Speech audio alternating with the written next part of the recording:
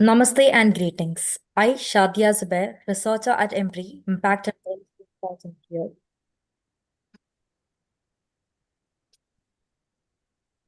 Namaste Continue. and greetings. I, Shadia Zubair, researcher at IMPRI, Impact and Policy Research Institute, Prabhav or Niti Anusandhan Sansthan, Negi, Delhi, extend my warmest welcome to you all to IMPRI Web Policy Talk.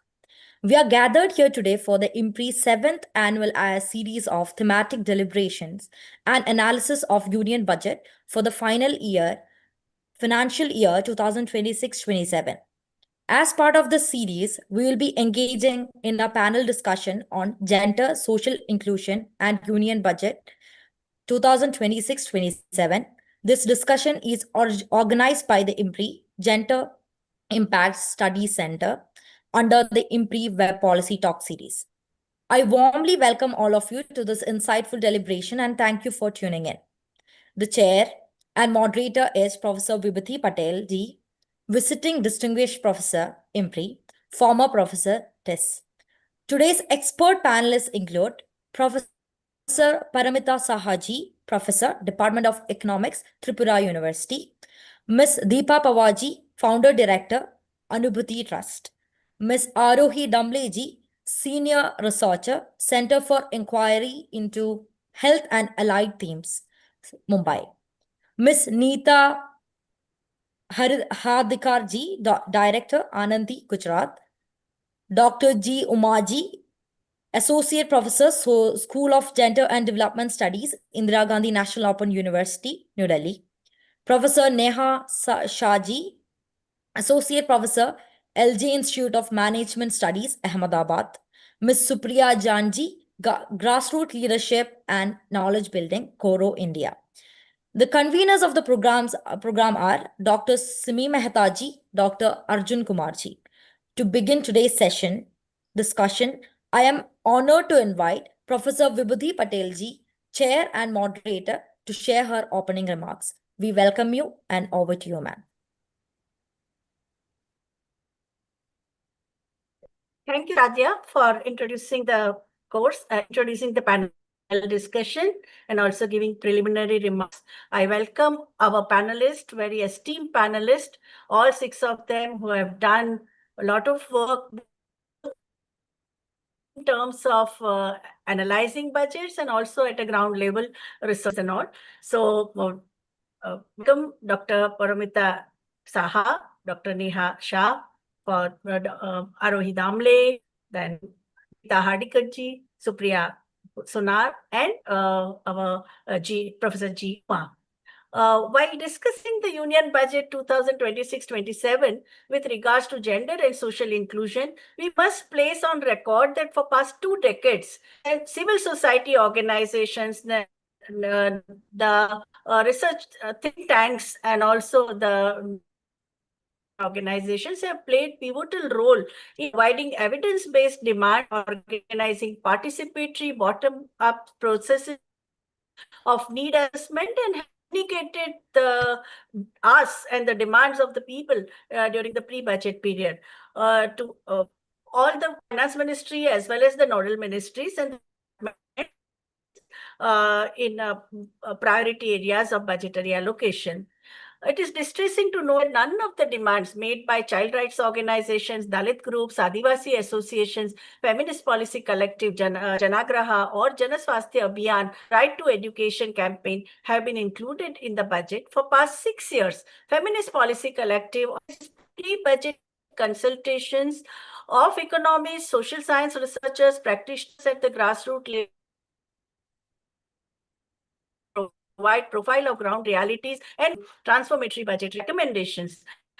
Based on these consultations, Feminist Policy Collectives also this year also, it gave its recommendation well in advance, because in November, the workshops were organized to see to it that resource justice for rights and gender equality are ensured in the budget. But none of the suggestions of the social sector activists have been included in the budget. As a result, it is felt that this supply side budget is concerned only about upper strata of the economy, even on the vital sectors of human development, such as education, health, skill enhancement, and support services. In the name of reduction in deficit budget, basic needs of the citizens at the bottom of the pyramid have been facing, those who are facing intersectional vulnerabilities of caste, class, ethnicity, religion, gender are ignored in the budget. Despite promise made in 2017 for an allocation of health budget to the tune of 2.5% of GDP, an allocation, but currently the allocation is only 1.9% of total budgetary expenditure and 0.26 of with the citizens are paying. Jan Swasthya Abhiyan has demanded health budget must be 1% of GDP and constitute 5% of the total budgetary expenditure. And that demand was placed nearly 2 weeks in advance. The gender budgeting got institutionalized in the financial year 2005-06. Over the years, it has improved by adding more ministries and departments reporting allocations for the budget. Now we have more than 49 ministries which are submitting the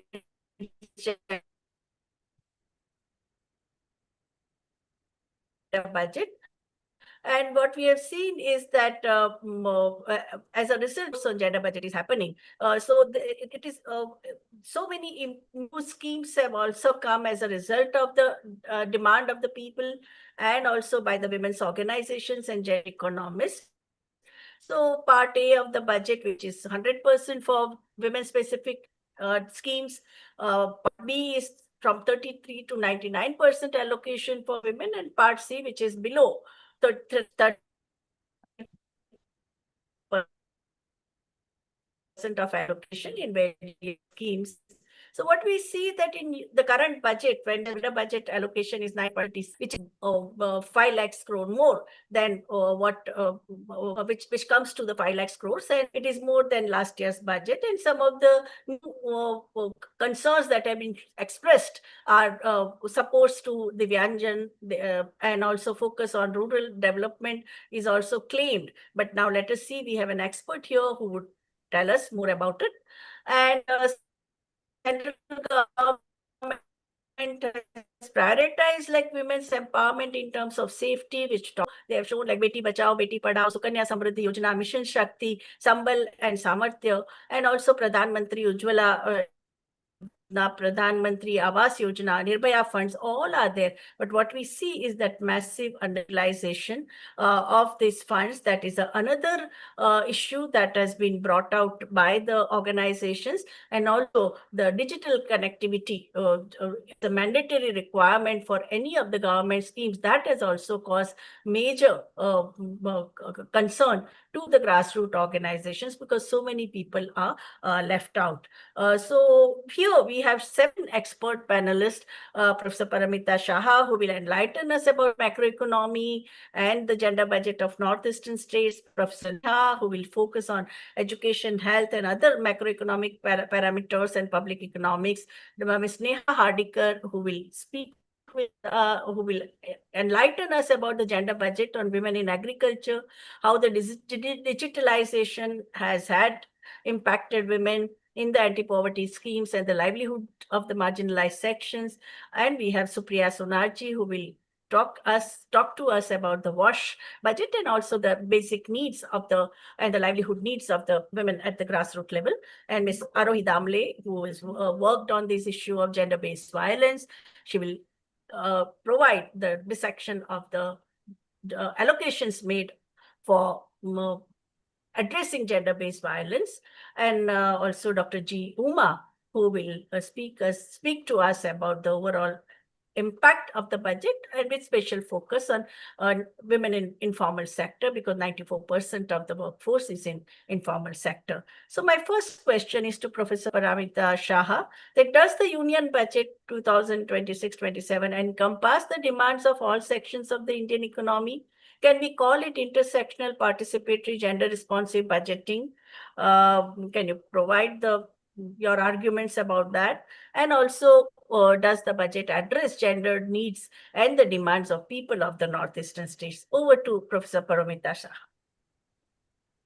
First of all, a very good afternoon to everyone, and my thanks to VIBHUTI Patel ji for having me here and for her kind words of appreciation. But I do not, I hope I come up to that.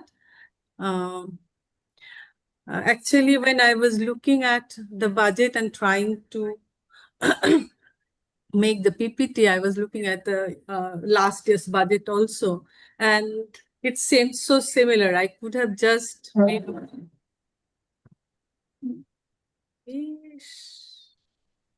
Sorry, last year also we were talking about this external uncertainties. We're talking about the growth we need to have. This year also it's the similar. If we go to my first slide, yeah. Look, this volatile global economic condition, uncertain geopolitical scenario, disturbances across borders. Last time it was the Ukraine war, Putin and Zelensky. This year it's Trump making our good work go awry, and there is rising tariff on export, supply chain, access to resource all disrupted, slowing of global trade. So in this context, the new thing that has come up is to build resilience, build capacity, and find resources to foster growth that is inclusive. Next. Yeah. Before I go into that, what is proposed in the budget, we can look at the economic survey. The economic survey started in a very happy note, laying down all the good performances like PFC at the 61% of GDP because it is boosted by rural consumption, because of good agriculture performances, and urban consumption was backed by employment and tax rationalization. GDP growth is projected at 7.5% with service sector contribution to GDP at 53.4%. That is huge. It is driven by the IT, business services, and digitally delivered services, which also attracts 80% of FDI inflows and contributing to exports. Private financial consumption expenditure at 61.5% of GDP. Rural consumption, it is claimed, has improved because of good agricultural performance, and urban consumption was backed by employment and tax rationalization. Gross fixed capital formation at 30% of GDP. Am I audible? Is it okay? Yes, ma'am, you're audible. Yeah. There is sustained private capital revenue receipt. It has increased expenditure, increased expenditure coupled with private investment. On the revenue generation side, revenue receipt increased, direct tax base has expanded, GST collection improved, effective capital expenditure rose, and government debt to GDP ratio was contained. But the problem started when we talk about the external sector. The current account deficit is moderate at 8.8% of GDP. Export increase, as I said, driven mainly by the service sector, which counterbalanced the merchandise trade deficit. Remittances emerged as the key source of external funding, but foreign portfolio investment remained fluctuating in the face of global uncertainties. So widening balance of payment deficit coupled with market uncertainties over the trade disturbances, deals with USA resulted in depreciation of Indian rupee. So the alarm bell started ringing. So in this context, export diversification in terms of high value goods and services, and also with respect to trading partners, integration with global value chain should be at the core of future trade strategies.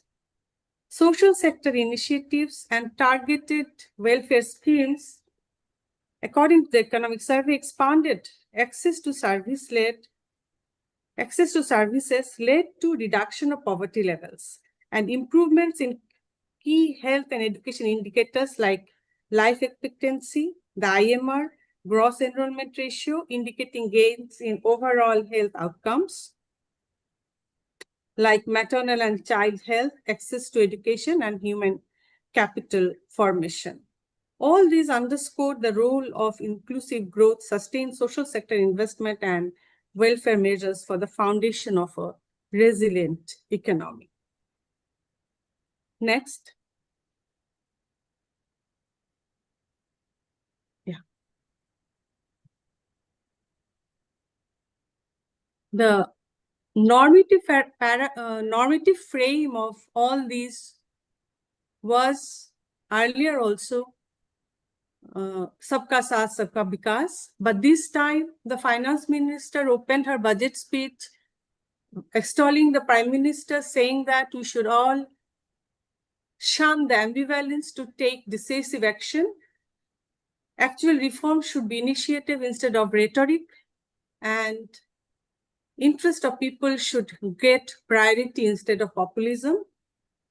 In order to fulfill our kartavyas to accelerate and sustain growth, build capabilities, and fulfill people's aspirations, Sabka Saath, Sabka Vikas. Here, Sabka Saath, I would mean to say that taking everybody along. It also can mean participation by every section of the society, every corner of the country. To do this, there are reforms. A lot of reforms were rolled out: the GST simplification, notification of labor codes. To accelerate and sustain economic growth, intervention is proposed in 6 areas. Next. Yeah. 6 areas are identified: scaling up of manufacturing and strategic sectors, creating champion MSMEs, infrastructure building, energy security, and developing city economic regions. It is proposed that India should develop as a global biopharma manufacturing hub. 10,000 crores of outlay over 5 years is proposed. The Shakti strategy for healthcare advancement through knowledge, technology, and innovation. Building capital goods capability, high-tech tool rooms, construction and infrastructure equipment, container manufacturing, and then the integrated program for textile sector. None of these are anything new. In fact, the textile sector, mega textile park, all these were going on since, I think, 2017.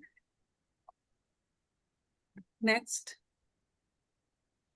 Then other growth initiatives include Mahatma Gandhi Gram Swaraj to strengthen khadi, handloom, and handicrafts to benefit weavers and village industries. One district, one product slogan is also not new. MSME support, sports good manufacture are also a continuing effort.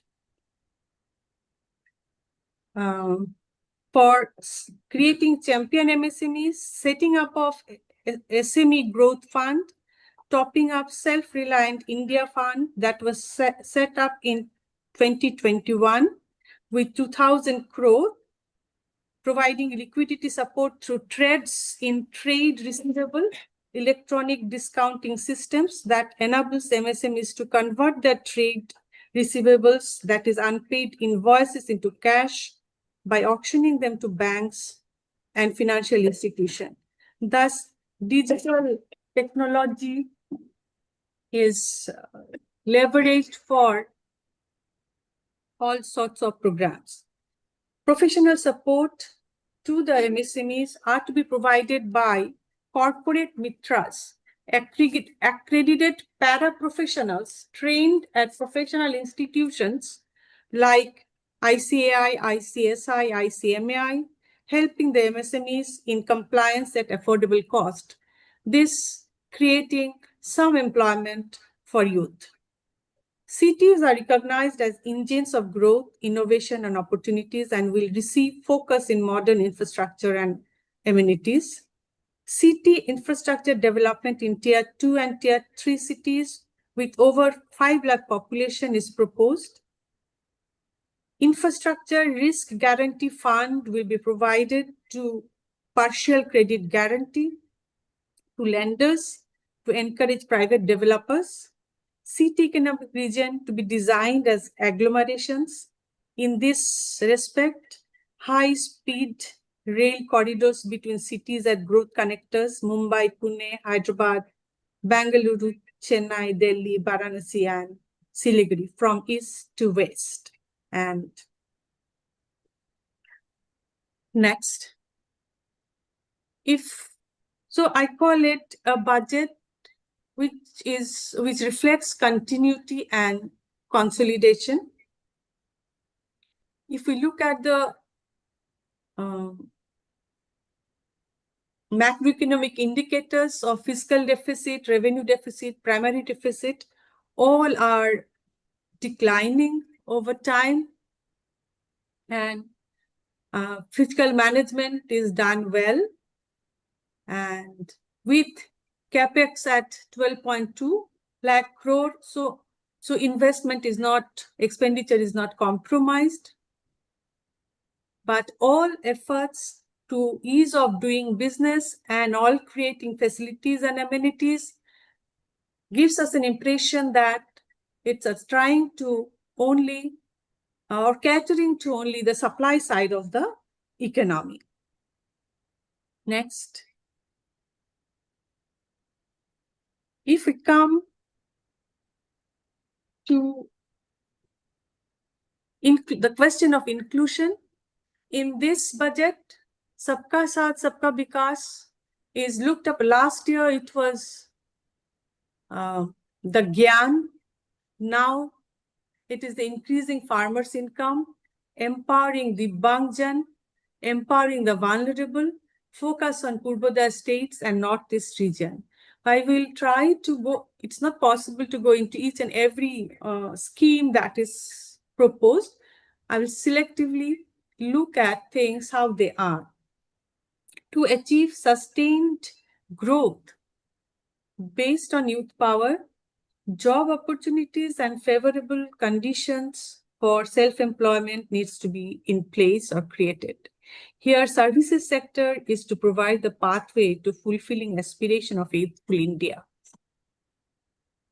A high-powered standing committee on education to employment and enterprise is to recommend measures to identify potential for growth, employment and exports, impact of emerging technologies on job and skill requirements, new range of skilled career pathways for youth like allied health professionals are proposed, optometry, radiology, anesthesia, OT technology, applied psychology and behavioral health, 10 lakh allied health professionals over next 5 years will be rolled out. The focus on psychology and behavioral health and mental health is a welcoming step. A strong care ecosystem covering geriatric and allied care services, combining core care and allied skill, such as wellness, yoga, operation of medical and assistive devices are proposed. Hubs for medical value tourism, 5 regional medical hubs in partnership with private sectors with medical, educational, and research facilities are proposed. And then this orange economy, where animal visual effects, gaming, and comics will require 2 million professionals by 2023.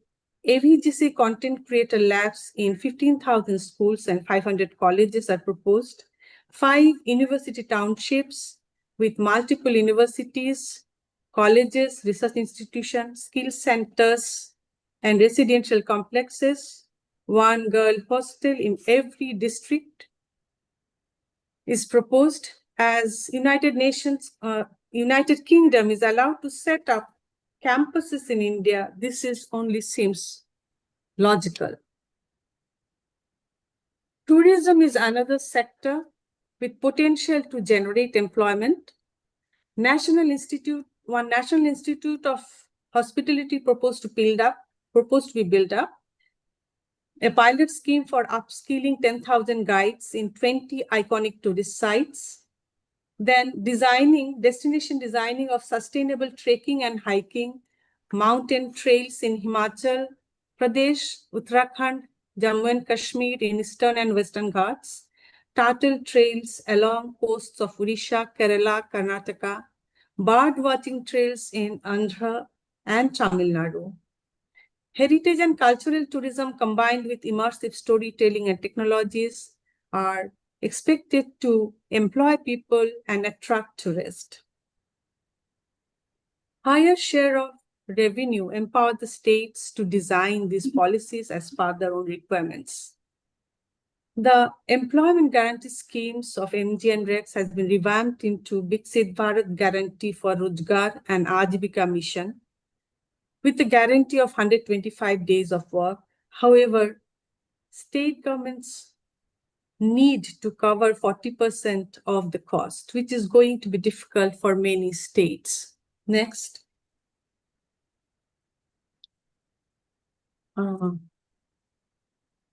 For us, inclusion will mean employment creation, about which the steps that are proposed in this budget, but which I've already talked. Next, we'll see how the expenditures are there. Yeah, expenditures on major items shows us that major amounts, it is not shown here.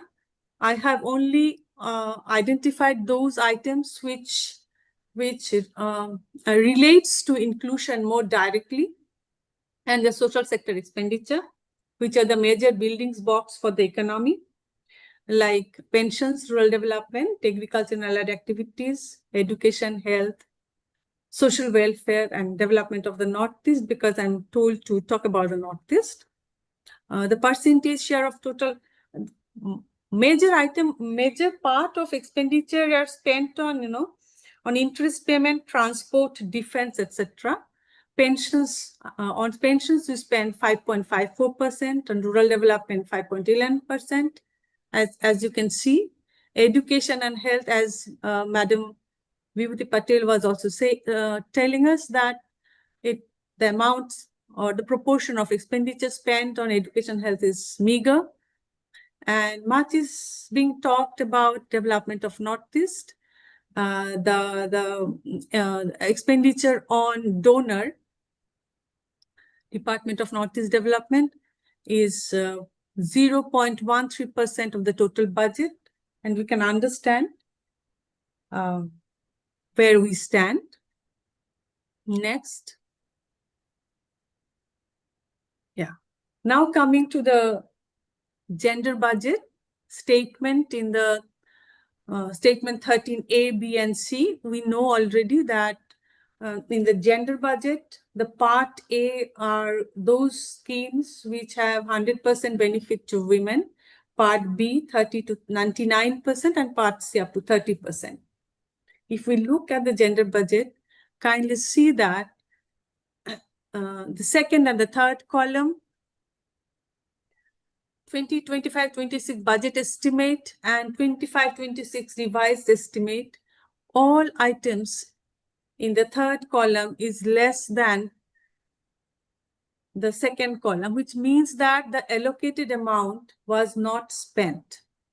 Large amount remained unspent. And if you look at the last column, you realize the brackets, the figures in the brackets, shows the proportion of the total budget, GBS, coming from Part A, Part B, and Part C. Part A, the proportion of Part A is, that is the schemes 100% for 100% benefit for women are gradually declining. In the Part B, includes those from across the ministries which are common for everyone, not target-oriented, like women beneficiary-oriented schemes. This is one. Thus, it embedding women development with larger development program in place of targeted initiatives. Broad-based rural infrastructure schemes like Jal Jeevan, PM Kisan Yojana, etc. are added into the Part B. Next.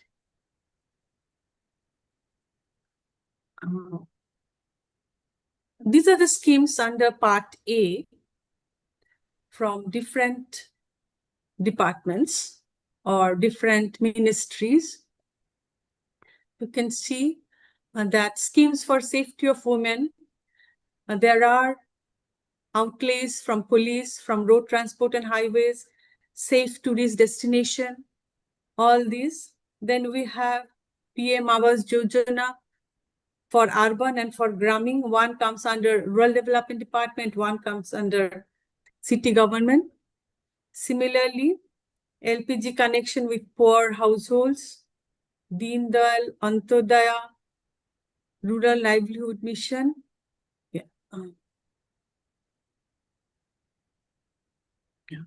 Next, yeah. Now we have, these are the schemes and allocations in the Ministry of Women and Child Development. These are also presented as Part A and Part B program. Then the Part A, the schemes that are included are Mission Shakti, National Commission for Women, and other schemes funded from Nirbhaya Fund. So there is various ministries, various departments, similar programs are conducted. So there is a need for convergence.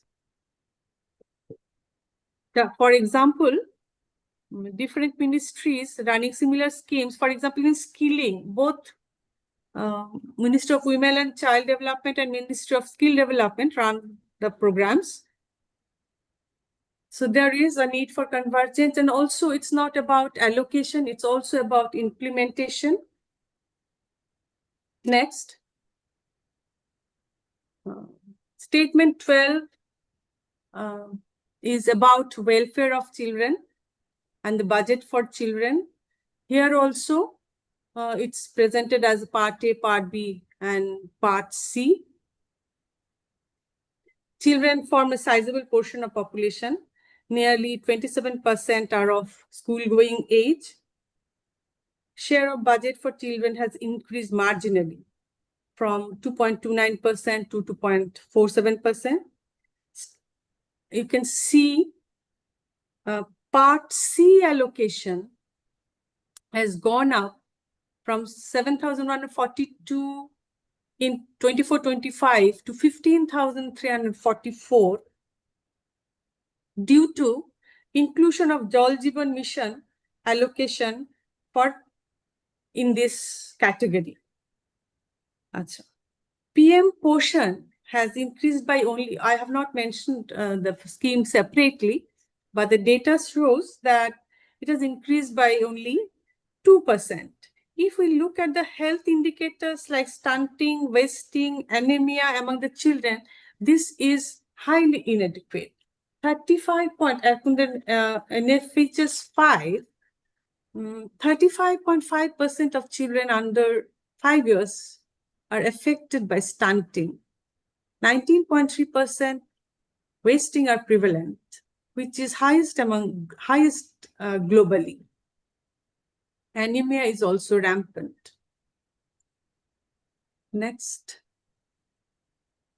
In this slide, just for keeping things brief, I have mentioned the Northeast areas and the plans for ST and SC. The statement 11 is for Northeastern region, statement 10B for ST and 10A for SC.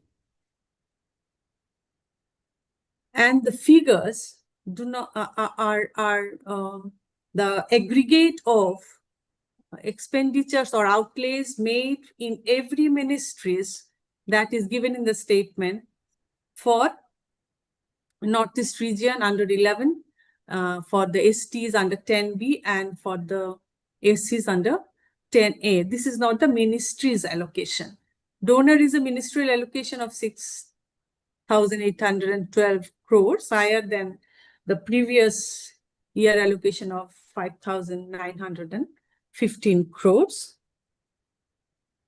Out of the total budget of 53.34 lakh crores, donor receives only 0.13% against 0.12% in the last budget. So far, so much for the increased budget for Northeast.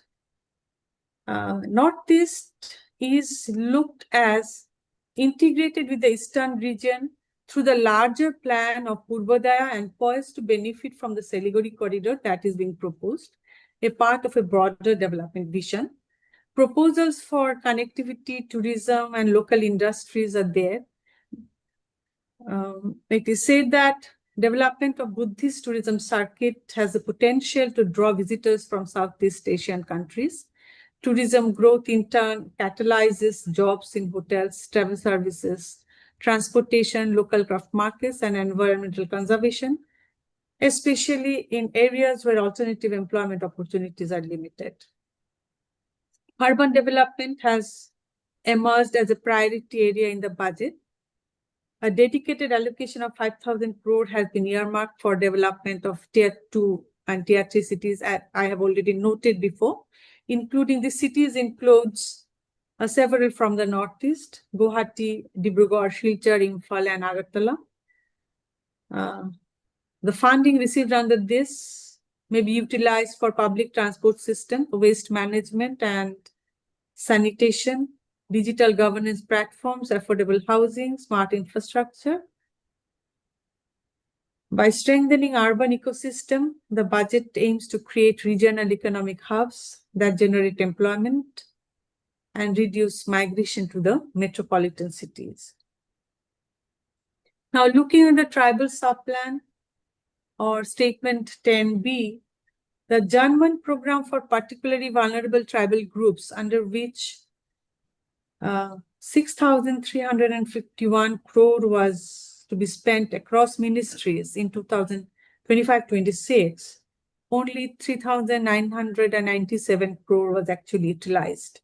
Similarly, for other schemes like Ekalabha Model Residential Schools, 7,088 crores were earmarked. Budget shows that only 4,900 crore was spent.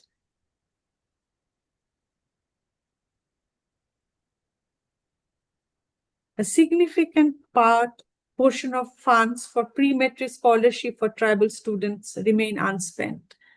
So it's not about allocation. It's about how to implement things better and how to take people along. The all effort for growth is all right, but we have to make sure that people do not fall away from the growth trajectory that we follow. Thank you.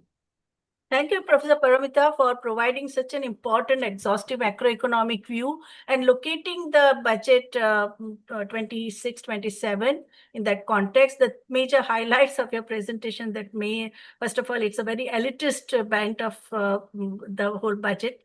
Plus, supply side is the only taken care of, and the social sector has become a stepchild once again, as it happened earlier also. And major problem is that whatever has been allocated is also not utilized. Now I come to Professor Neha Shah, and can you focus more on the some of the important aspects of the budget as the economist, like how do you find the budget in general and also allocation in social sector, and also what are your views on MG Narega being replaced by VB Ramji, and also will G Ramji be adequate for intersectionally vulnerable women and gender diverse persons, because gender diverse persons or transgender are not even mentioned in the budget this time, which happens to be 4% of the population in our country is of gender diverse people. and also what kind of social security and social protection you would recommend for the platform-based workers, and are they taken care of in the budget? Yeah.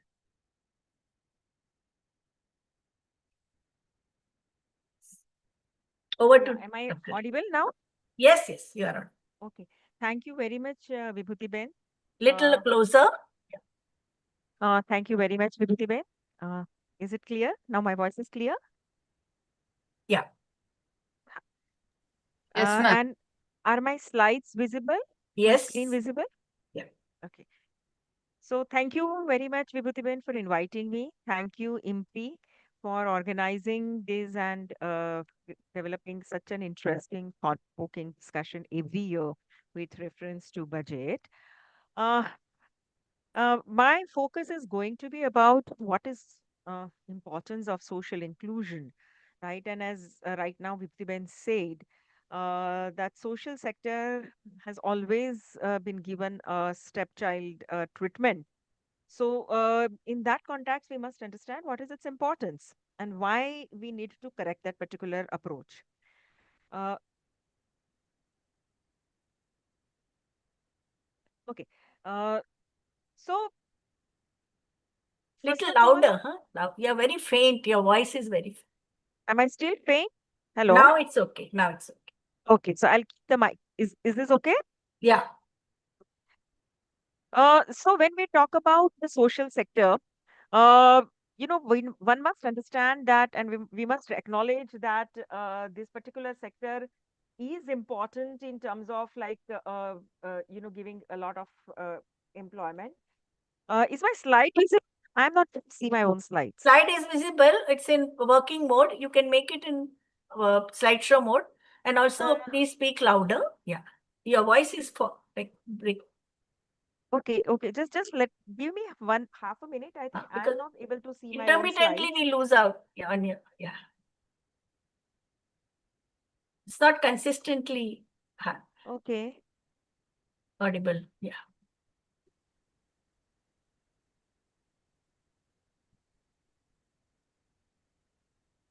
Hello. Just a minute. Just give me 1 second, Vibhuti. I think there's some problem at my end. Okay.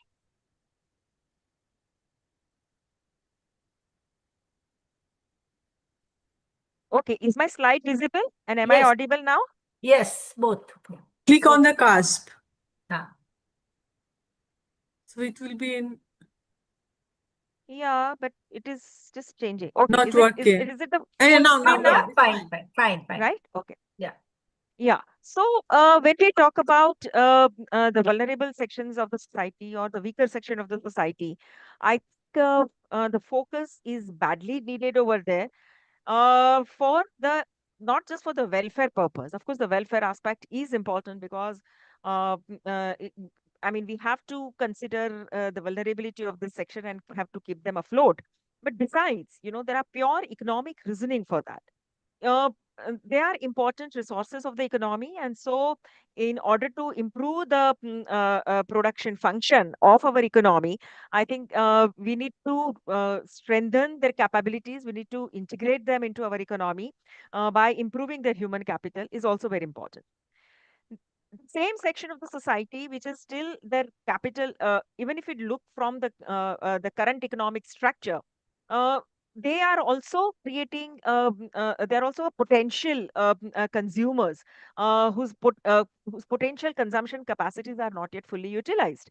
So I think there is also very important thing to consider this particular fact, especially when we are facing a serious geoeconomic crisis, and where the country is facing so much of a setbacks because of what the Trump is doing, or what are those trade deals, and how we are forced to negotiate on those lines. So I think we need to understand that this is something is worth focusing. First, the need to think differently about this sector. But what is happening? What are the reality, and why this sector requires a specific focus? So, India has emerged as one of the highest unequal country, right? This is I think we rank fourth in the world in terms of inequality. So if you look at our Gini coefficient ratio measured in 2023, it is 0.4, which has increased from 0.3, which was in 1955, that was soon after independence. So as our riches have improved, probably our Gini coefficient should have narrowed, but it has increased. And that we are aware of the fact that the 1% of the population in the country, the richest population of the country, have a control over almost 40% of the total national wealth, while the bottom 50% only controls around the 3% of the wealth. So this is a widening inequality. And so the people who are left out of the market structure, they need to be focused on. Uh, One of the important way of integrating a larger masses is through creating employment, but unemployment rate remains very high in India.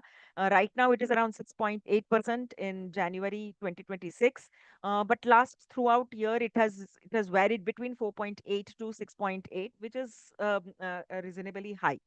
The real wage rate, in terms of their purchasing power capacity, has dipped in financial year of 25-26 from 7% to 6.5%. So these are the important concerns. Plus, private investment in the country is not rising as it has been expected. I mean, this is not last 1 year, but it is a peak for last several years. Same way, even the FDI flow is also showing a stagnancy somewhere over there. In this given state, the corporate contribution in the total direct taxes has reduced, whereas the burden of the personal taxes have increased on the personal income taxes, that is on the individual.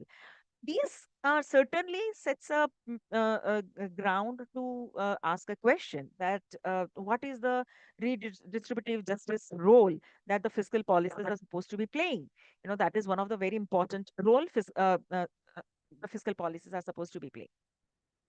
This time, Nirmala Sitharaman ji said that this is her third kartavya to ensure that every family, community, region, sector has an access to resources and amenities and opportunities for meaningful participation.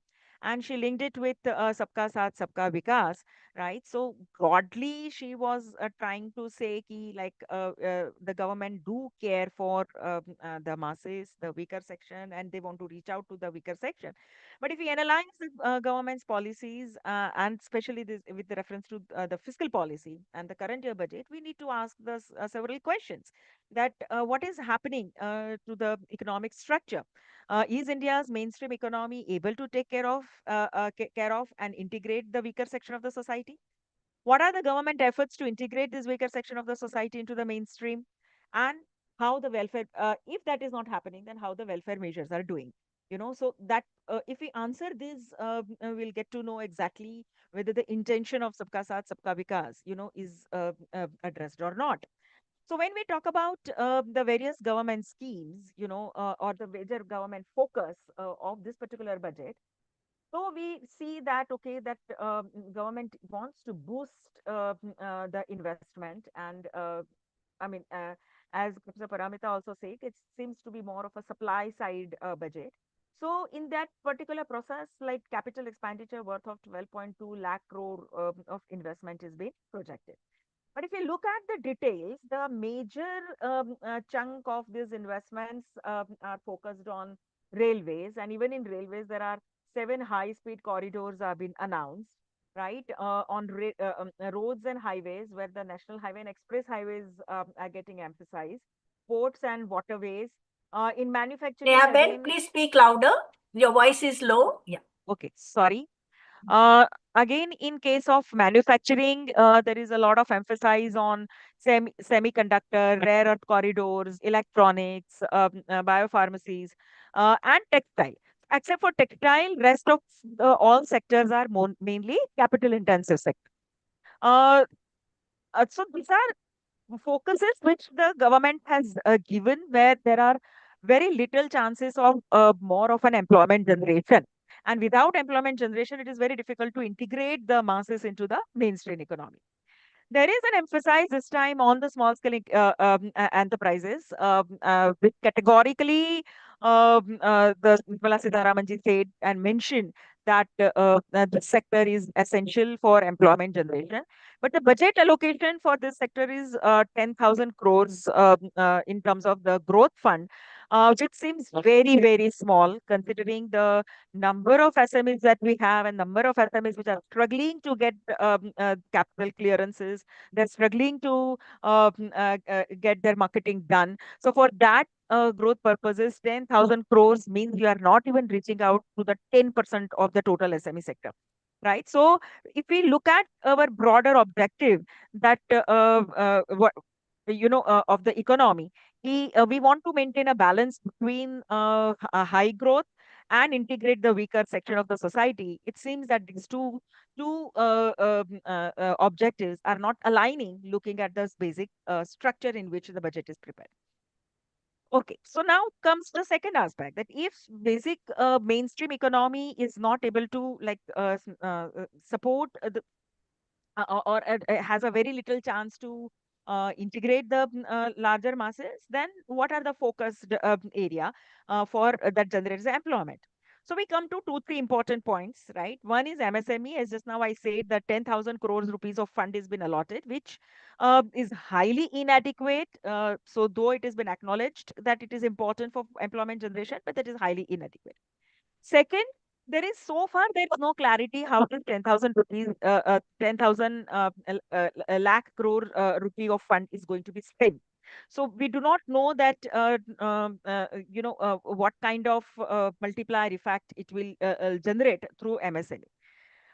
Second, last year, PM internship scheme was announced, but allocation this time has been cut down by 55%. Right, it from 10,831 crore, it has directly come down to 4,788 crores, right? And last year also, throughout the year, government spent only 4.8% of the total budget allocated. So the question arises that are the corporate sectors, private sector ready to take the burden?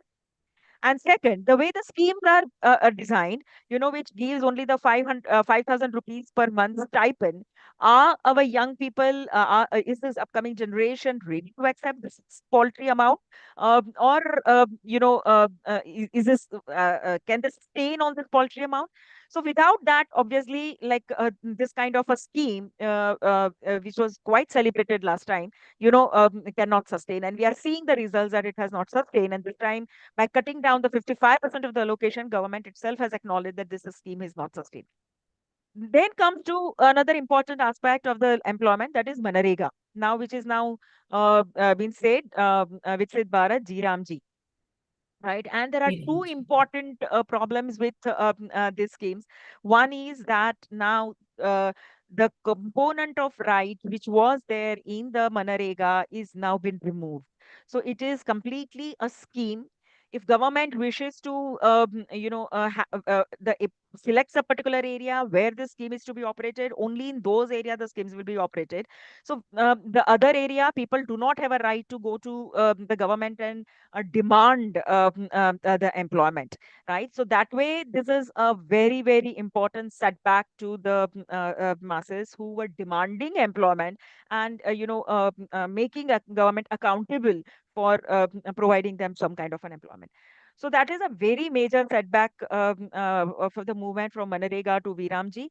And obviously, the second thing is that the 40% of the burden of financing this has been transferred to the state government, which are already scarce, which are already facing a lot of financial issues, especially in the GST regime, where all their sources of the direct income are almost dried up. So in that case, funding 40%, which used to be around 7 to 10% previously, seems to be very, very difficult.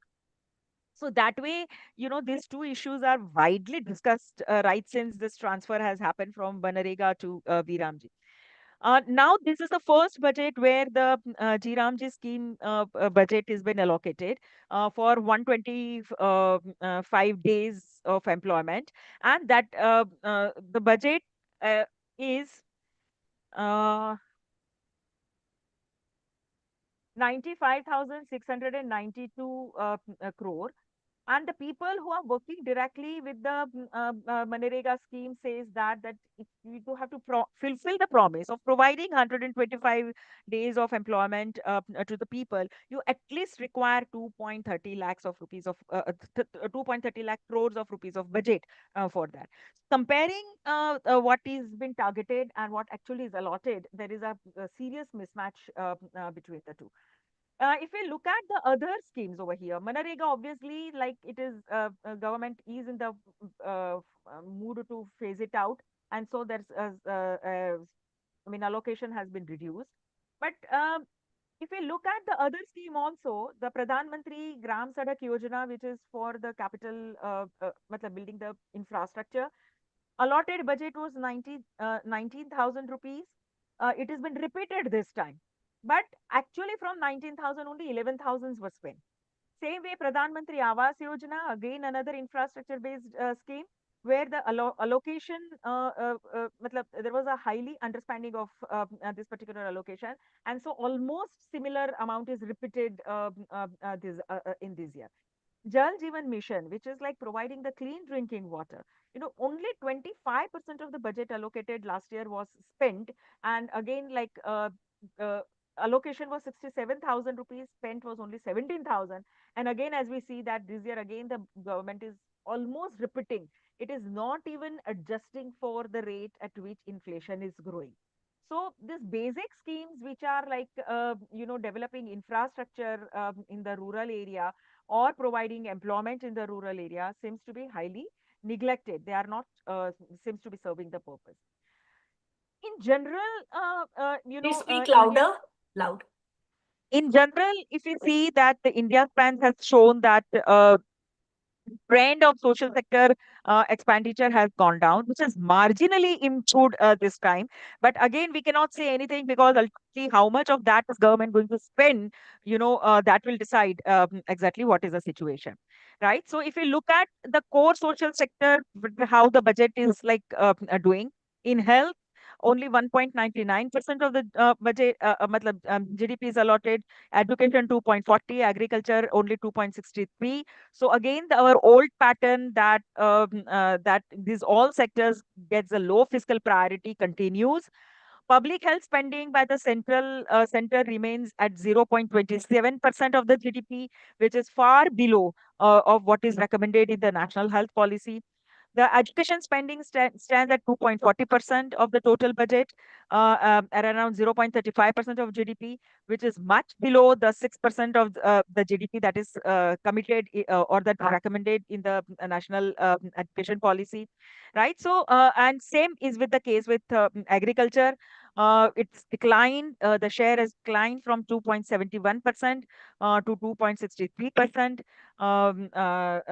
And as we see, that the sectoral growth is also quite hampered. Some of the key schemes which are which should be of a concern for everyone, right? Women and child development. Of course, compared to last year, the budget has drastically improved. But again, in between comes is a second row, that what is the revised estimates of the budget. So compared to whatever is allotted in all these important schemes, whether it is a women, the ministry, Ministry of Rural Development, Pradhan Mantri Garib Kalyan Anna Yojana, yeah, Saksham Anganwadi Poshan Yojana, Samarthya, that is a part of a Mission Shakti, Sambhar, that is again a part of Mission Shakti, right?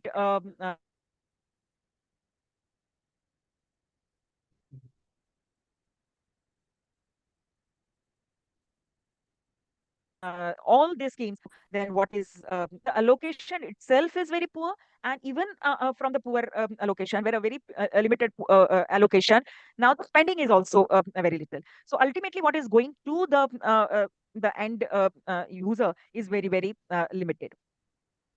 Now coming to, let's have because my another target is also looking at a gender budget, right? So let's have highlights of the gender budget. There are hits and misses in the gender budget.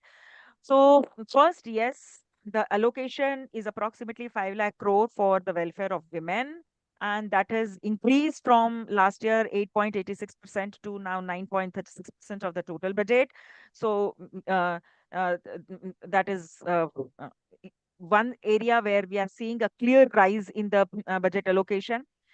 There is a lot of emphasis on strengthening the care economy, and which I consider a very welcoming step.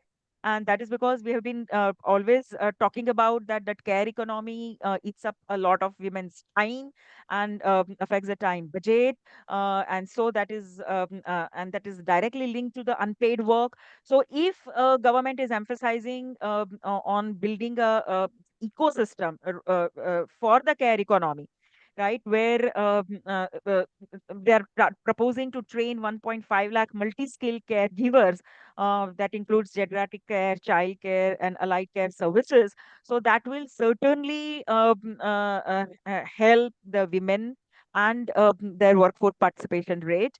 How much they are going to implement on that and how much budget actually is allotted to that, needs to be checked in future. uh, Women's and entrepreneurship and self-help group again is getting an emphasis which this government has been giving since last several years. And now they have talked about the She Mart, so that is a self-help group linked marketing space. And advancing girls' education and safe educational infrastructure is in talked about, where girls hostel in STEM institutions, especially, right? And our finance minister very proudly said that India's enrollment in the STEM sector is very high compared to the global standards. So if that is true, then obviously that's a very good thing to happen. And she suggested to have a STEM hostel. But if you look at the budget, there is a mention of STEM hostel, but there is no specific allocation for STEM hostels.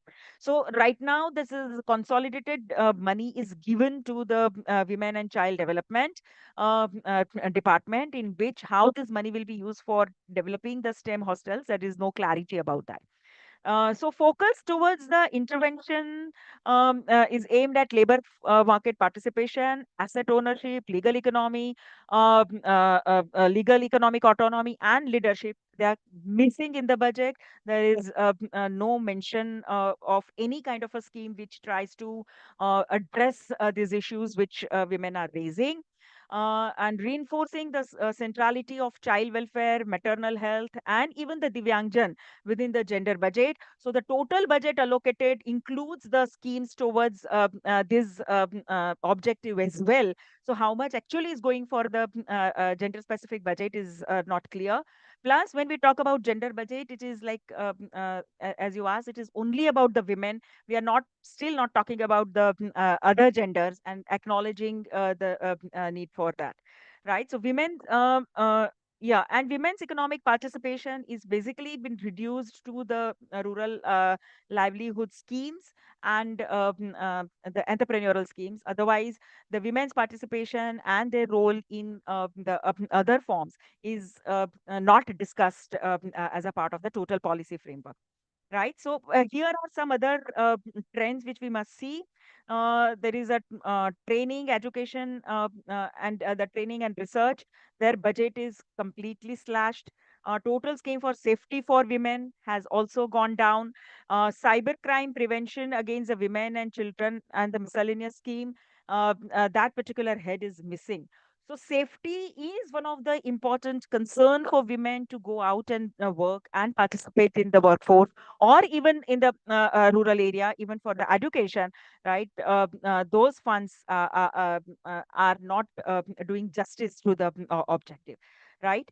This is just with reference to hostel that we were talking about. The government has a Sakhi Niwas scheme, but as we see that in last 6 years, there is a continuously reducing budget towards that. So we hope that now the new hostel schemes which government is proposing would be able to help somewhat, right? This is the trend. Trend is very gloomy. So, social expenditure, as usual, budget continues the last pattern. It is showing either stagnant allocation or in real terms. In many heads, the funds going to the schemes are falling down.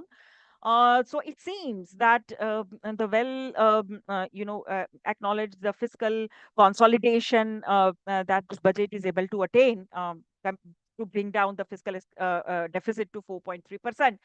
That's what the target is. So it seems that one of the one of the sector which face the stress of the fiscal consolidation is the social sector.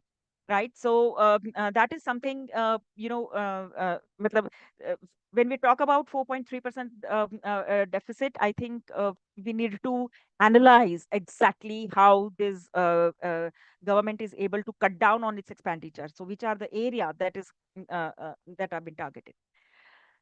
Considering the last year's budget and comparing and looking at the way government has spent money almost in all social sector, one wonders to ask a question whether the budget analysis is remain relevant anymore, because it is not telling what exactly government is trying to do, or what their intentions are, or what their policy perspectives are. Something which they are talking in the budget and something which they actually is happening in reality, there is a serious disconnect between the two. And I think which is making the fiscal policy and the government's budget exercise really questionable. So I think that is what we need to understand, right? Thank I you, think thank you Professor. very much. Yeah, thank you, Professor Neha Shah, for such a important contribution in terms of dissecting all the schemes from the gender lens and also contextualizing it in the overall thrust of the budget. And you are right that the kind of disappointment which you have shown, that is it really worth the exercise? I think this is the collective feeling of all the social sector activists that you have expressed. Now I come to our third panelist, Ms. Neeta Hardikar. Your organization, Anandi, is working with the rural and tribal women. And I would like to know, how does your organization, because you have also organized several roundtables in which women elected representatives, young adolescent girls, all of them have expressed their life situation. On the basis of that, what is your response to the union budget?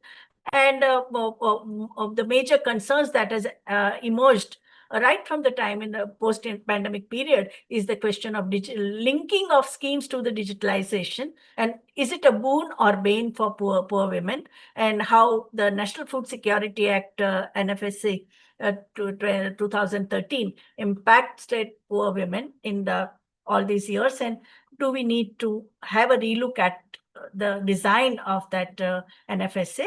And Dr. Neha has already spoken about the MG Narega being replaced by VIBHUTI and what has been its impact, but you can share your experiences at a ground level.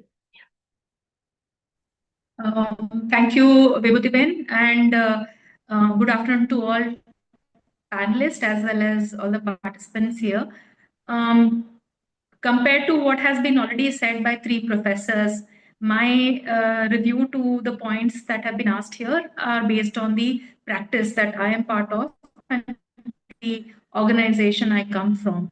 So I think what has very evocatively been said by VIBHUTI in the very beginning, that as part of Feminist Policy Collective, as part of several people's campaigns and women's movement, has raised the issues of women's budget for women's empowerment and budget for the social sector, which has been there in discussion for quite some time.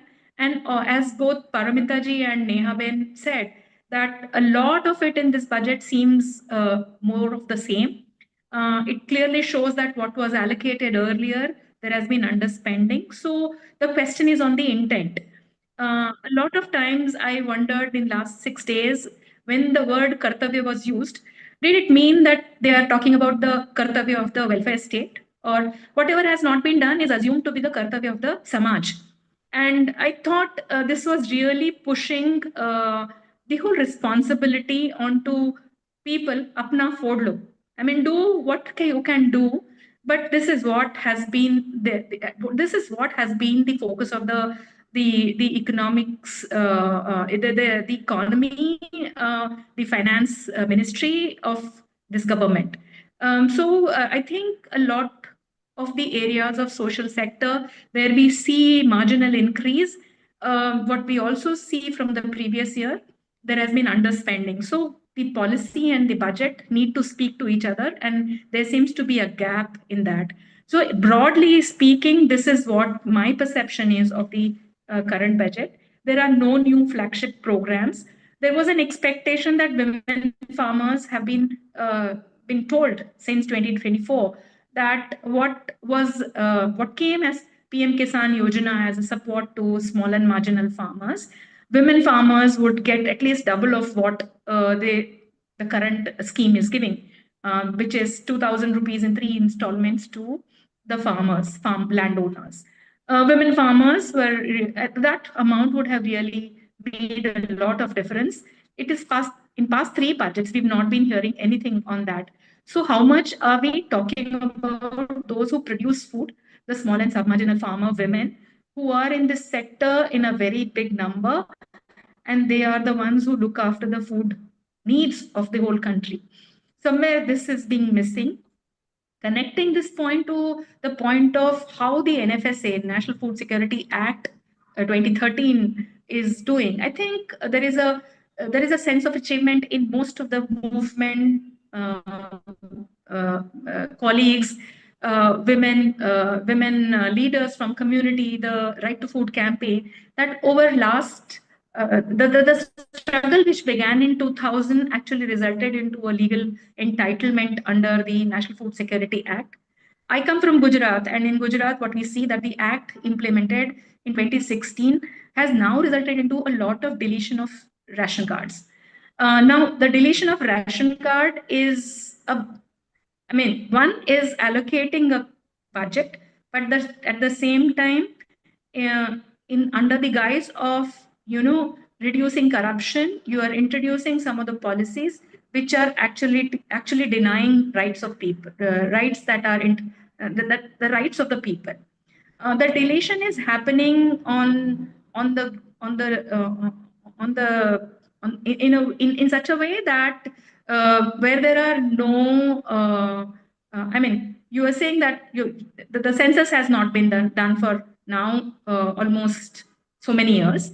There are no economic studies to define the poverty line. We have been consistently seeing increase in malnutrition levels in all groups, right? From children, newborns to the adolescent girls to the women, the nutrition levels are so low. So in terms of NFSA, the achievement is that, yes, the law happened, the law came in force. The ration cards are now recognizing women as the household, head of the household. But what it is not covering is the still some of those who are left behind, whose surveys are not done, who are migrant population, whose records are not in place. So the demand of the campaigns, all campaigns, right from right to food to health and work, and all the campaigns are demanding universalization of food security, which has not been happening. I think in the budgets, this can definitely be ensured, and we continue to demand that the universalization of food right must happen.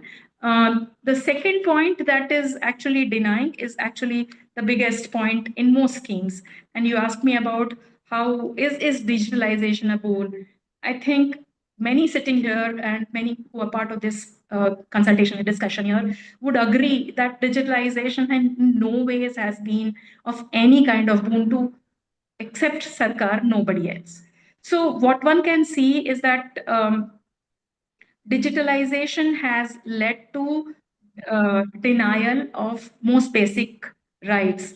To begin with, your own identity card is denied to you because in certain data that the government is creating and holding, the information is incorrect and you are made responsible for that, and therefore you are denied basic Aadhaar card.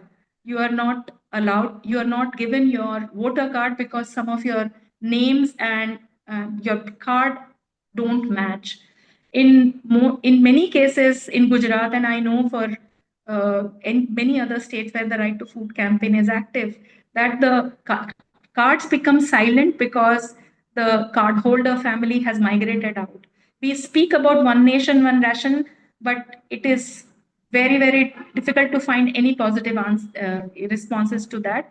Migrant population still struggle to get the ration to places where they migrate to their destiny, to the sites where they go and work. So in the food security aspect, the digitalization has not worked.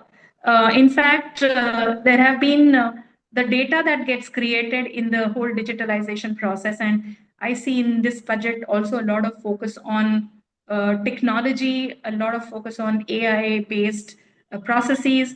I think it's not going to, again, benefit the larger social, the larger category that we are talking about in the gender budget and social inclusion category. There are instances where women farmers who are leading their own farmer producer organizations, and the state had announced that they would promote farmer producer organizations. Now, women who lead the farmer producer organization registered as the board of directors of these small organizations are said that you are board of directors and therefore you don't need a ration card, and therefore single women farmers have been denied the ration card, and one had to the campaign had to really put the whole struggle right up to the ministry, and information doesn't come to you because other legal bindings like data protection kind of barriers don't make this information available that one is seeking to understand where the problem comes from. So in terms of how digitalization is used, it's definitely not to curb the corruption, because corruption continues. In Narega, where we see that it was assumed that mobile-based monitoring system would curb the corruption, because in the mobile-based monitoring system, the mate or the Rozgar Sahayak is expected to take two pictures of the wage worker who comes on the site, and those pictures have to be uploaded. Now on the Narega sites where this is expected, we have seen Rozgar Sahayaks walking into deep waters where probably the network is there, or climbing the tree to make sure that she's able to upload the images. In the process, if the images don't get uploaded, the attendance is not noted, and people may walk 4 to 5 kilometers to the work site to actually go work there, but since the network is not functional, their attendance doesn't get noted, and they walk back without working, losing their entire day of wage work. So definitely the corruption is not getting stopped, because I also come from the block where the minister and his sons were deeply engaged into corrupting the whole Narega. And in 2 villages, they managed to siphon 71 crore rupees of Narega. A minister who's a Panchayati Raj minister who continued to hold the position because the party does not, punish him, or saying that his sons had done the corruption. My point is that, there are enough evidence this government has also got in their own records that the corruption is not being challenged by the digitalization process. In fact, what digitalization is doing is reducing the number of people who are actually entitled to access the schemes, but they are not being able to do that. So in terms of what even Neha was right now saying, that the promises that have come in this scheme for education, for setting up the she marts, for setting up district level hostels, all these potential employment or enterprise opportunities for women, I think what is required is to make sure that the policies are more enabling, where there is where there is a revisiting of the whole digitalization policy of the state, and the state has to itself also recognize, like the Ministry of Panchayati Raj once observed how the NMMS was actually causing corruption, creating corruption spaces. So the ministries also have to study these, and maybe then we are able to see actually the gender budget and the budget for social inclusion getting utilized for the right purposes. I'll stop here. Thank you so much. Thank you, Neeta Hardikar, bringing up some very uncomfortable truths based on your first-hand experience. This is very important, and your suggestion that there is a need to revisit the digitalization policy because it's harming, it's doing nothing but reducing the number of people who are entitled to government services. Now I come to Ms. Supriya Jaan. Again, very important contribution her organization Coro has made in terms of working with the rural, urban, and tribal areas in the most difficult circumstances, and those who are totally marginalized and at the bottom of the economy, they work with them. And Supriya ji, as a community-based leader, how do you find the union budget and also the response of FM's announcement of 3 kartavyas or duties that is defined the thrust for current budget, which is accelerating and sustaining economic growth, fulfilling popular aspirations, and ensuring equitable progress for household, communities, and region. And what are your response to the budget? Because you have spearheaded the campaign on Right to Pee. So I would also, and your organization has worked extensively on the WASH budget, water, sanitation, and also the condition welfare of Safai Karmacharis, and challenges that you have encountered while sending proposals or the fund utilization by the elected representatives, as you also work with the women elected representatives. Over to Supriya. Thank you, Vibhuti ji, for such a kind introduction. Many more critical truths to come, I would say. It was really interesting to listen to all other speakers before me. And I was looking at the headlines during the budget, when the budget was presented, like record high allocation for women-led development, while expressing significant concern regarding lack of deep structural transformative change. So there were all headlines all over, and I've just noted down few words, words like, we have all heard them, and I will also tell you the words which I was looking forward to hear.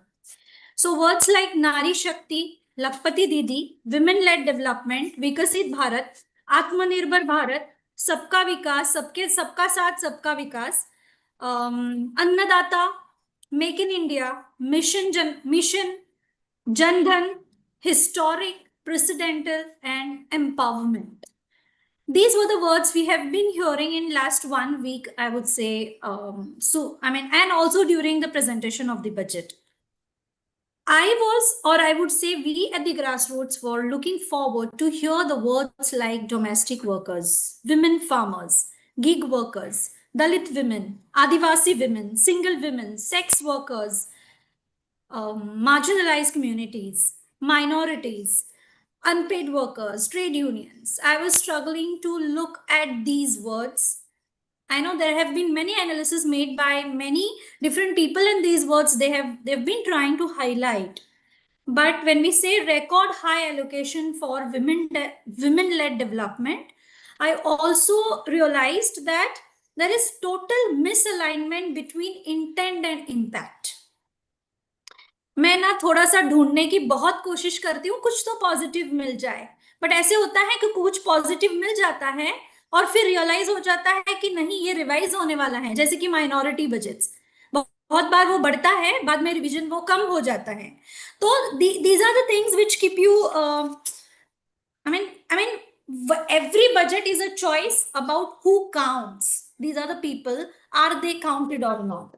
So there are 16 ministries which talks about education, food security, health, rural development, women and child welfare, and many more. So I would speak about few provisions of these ministries which are so-called social sector, which curtail the needs of people, and then I will move to what is there for WASH. Hope it is fine. So first thing was, I was looking for what is the budget for ASHA workers honorarium. budget is silent or it has made any change? It was earlier 2700 for it is silent. I will not get into digits actually. मैं ऐसा भी सोच रही थी कि budget और आंकड़े ये जो सब इंग्लिश में आता है उसको आसान कैसे करें, तो आशा वर्कर्स के लिए ऑनरेरियम साइलेंट। दूसरा पॉइंट है आंगनवाड़ी बजट। आंगनवाड़ी बजट के लिए एक अमाउंट है, ऐसा नहीं कि बहुत है, but it is insufficient, I would say, because Anganwadi doesn't have a proper structure. They do not have toilet facilities. There are so many other issues which Anganwadis is still dealing with. Third in my mind was funds for rural employment. It's less than half of the fund which can take care of 125 working days. So then Mahila Kisan Sashakti Pariyojana. So we say that 2015-16 census, agricultural census, talks about 73% of land, agricultural land we have, out of which 12.8% is owned by women. But despite women performing 60 to 70% of agricultural work, allocation for women-specific agricultural initiatives remain insufficient. So this is the fourth thing. Fifth thing is about minority affairs ministry. Sorry, you know, it looks as if there is highest allocation on paper, but we have seen in last 3 years there have been revision and then it leads to reduction. So there have been schemes like Nai Manzil, Ustad, minority women leadership, Hamari Dharohar, then assistance to UPSC, SSC. These are all discontinued. Then it is also about Maulana Azad Medical Aid, Bicycle Yojana, Maulana Azad Foundation. Discontinuation of all this, or there are no funds left for all this. So when we talk about minority affairs ministry में क्या रखा है, तो कागज पे तो है, लेकिन जब ये सारी इंपॉर्टेंट स्कीम स्क्रैप की जाती हैं और इंपॉर्टेंट प्रोविजंस ही नहीं दिए जाते हैं, तो फिर हम उसको हाईएस्ट एलोकेशन कैसे बोल सकते हैं, ये मेरा सवाल है। Sixth point about labour ministry budget for unorganised sector, ये तो बहुत बड़ा और भी मसला है ना। We look forward for women's workspace participation, while the budget aims to boost it, but informal, low paying, but we look for informal, low paying roles. So our focus should be on formal work opportunities. अभी हमारा focus क्या है? हमारा focus है SHG, micro loans, and we all have seen the disastrous impact of microfinance and its connection with women across the nation. तो फिर भी we are talking about this. This makes me uncomfortable. Then the point on seventh point is about Nirbhaya Fund. Nirbhaya Fund has remained stagnant, I would say. It was the same as it was last year. But court infrastructure, forensic facilities, इसके बारे में कुछ भी नहीं बोला गया है। Cyber crimes इतने बढ़ रहे हैं, उसके लिए कुछ भी प्रोविजन नहीं की गई है। तो फिर हम क्या बोले, मतलब, and there some have already pointed out, when these things were decided, there was no inclusion of diverse people in the consultations that were made. So फिर आएगा कहाँ से? We talk about shelter homes for survivals. Are there any provisions for them? No, we have not come across. Then one-stop centers. No. And when we look at the gender budget statement, the realization is there are larger initiatives. Yes, there are larger initiatives, but the challenge is, जब यहाँ पे are women benefited from these large initiatives, तो फिर हमारे पास challenge है, because there we lacks, you know, there is lack of accountability, because when you make provisions for all, including women, in larger schemes, then how do we find out who has benefited and who has not? And can we claim them as pro-women schemes? And when we talk about women, I have also figured out that For transgender community, forget about LGBTQI community, transgender community, the word I have not found it in anywhere. Please correct me if I have missed it. It's not there. It's not there.